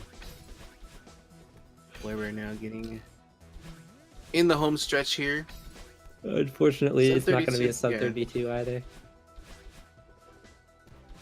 It's okay, still good effort.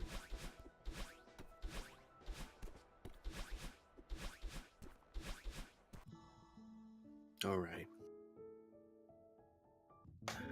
Flarebear clocking in at a 32:09.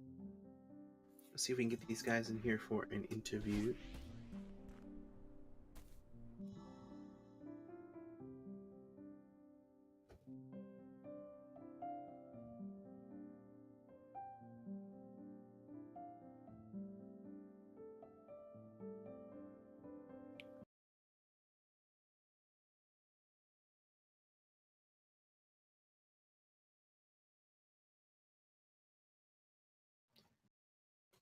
Alright, so we're gonna wait and see if we can get anybody in here for an interview.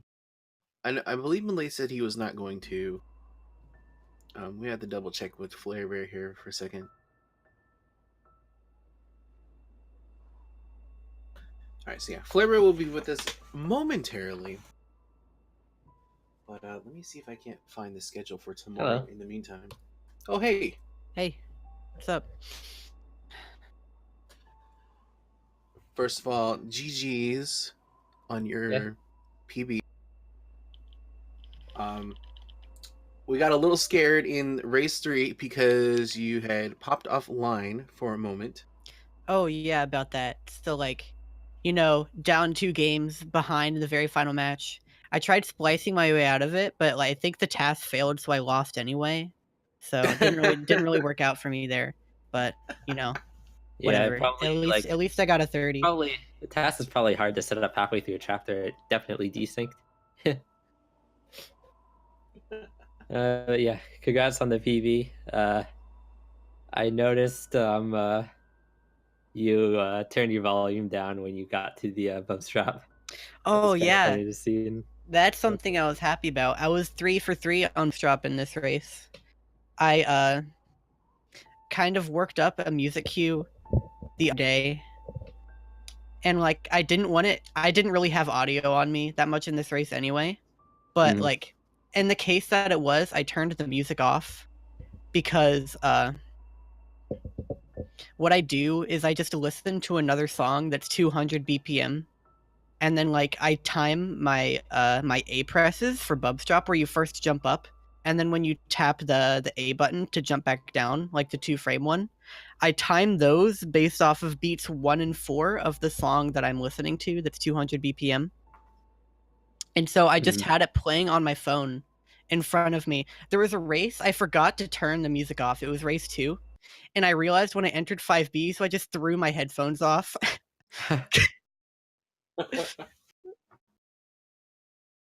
Yeah, I think the audio was on Millay's side for the majority of the race, so I'm not sure if chat got to hear your custom song choice, but I mean, they would have just heard blank music because like my mic was muted, so it was just sitting on my phone. oh, you were playing it on the side. Okay. Yeah.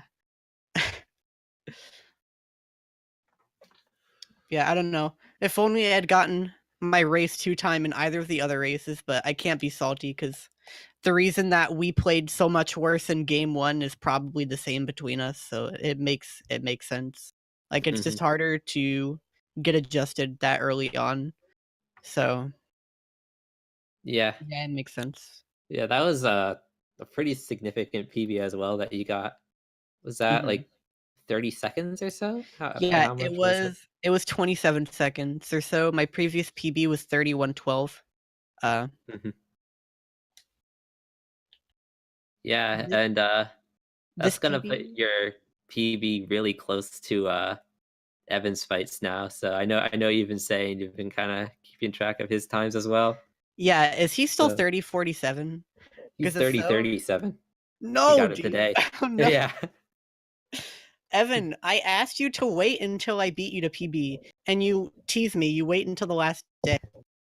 Now what? Now I'm still the slowest runner in the league by like 8 seconds.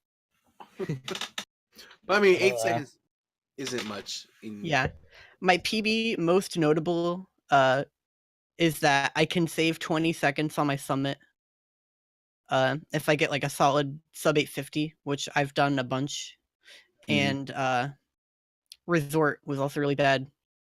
Yeah, Resort you had had like 5 two deaths. deaths at the end of Oshira, right? Yeah, 5 deaths in Resort, 6 deaths in Summit.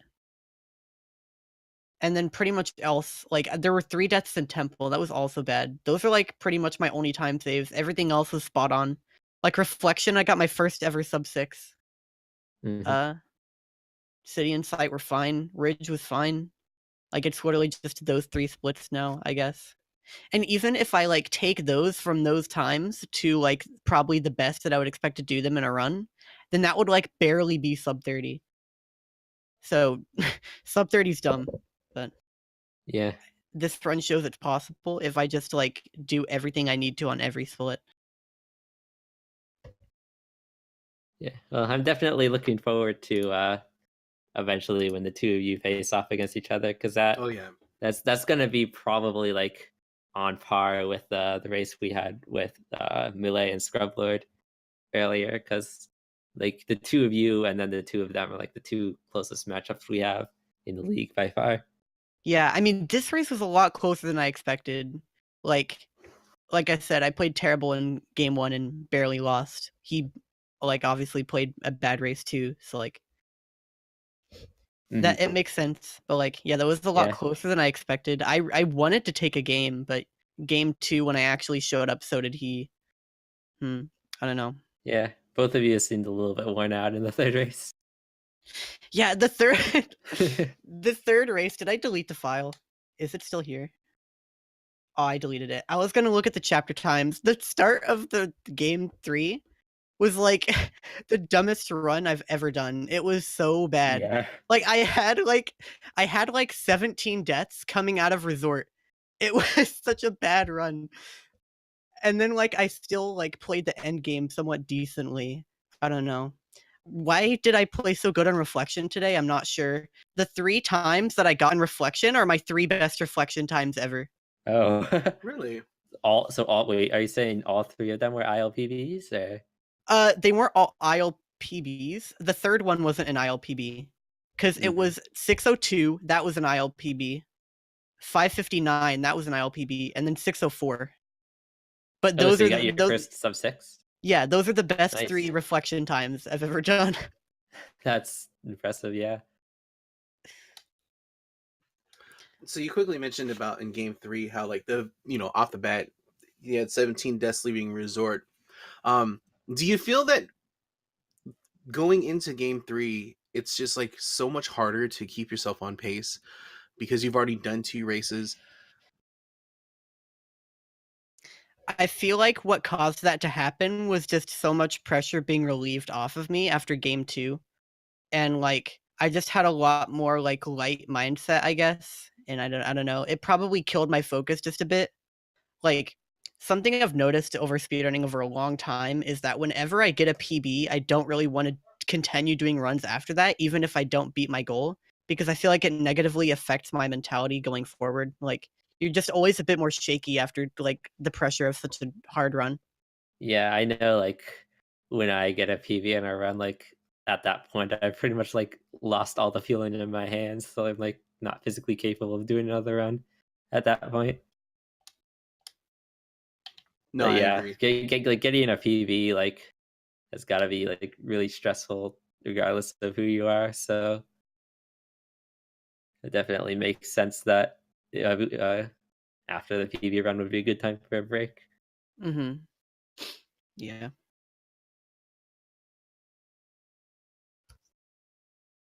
All All right, right, Flavor, you so got we're any gonna be wrapping up in just a moment.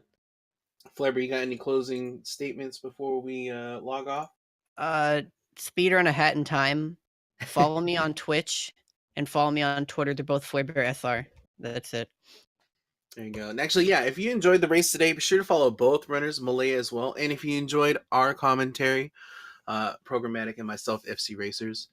Now, real quick, tomorrow there will not be any Celeste runs for on schedule for speed run, but we got a whole bunch more action, folks. It's all day, kicking off at 1:45 with Super Mario Odyssey. We got a couple Odyssey matches. We've got Mario Kart Double Dash. Looks like we've got Battle for Bikini Bottom as well. I think they're doing a showcase Yeah, race. That's actually pretty that's exciting new. because I hear that speedrun is pretty bonkers. And then we have Mario 64 as well.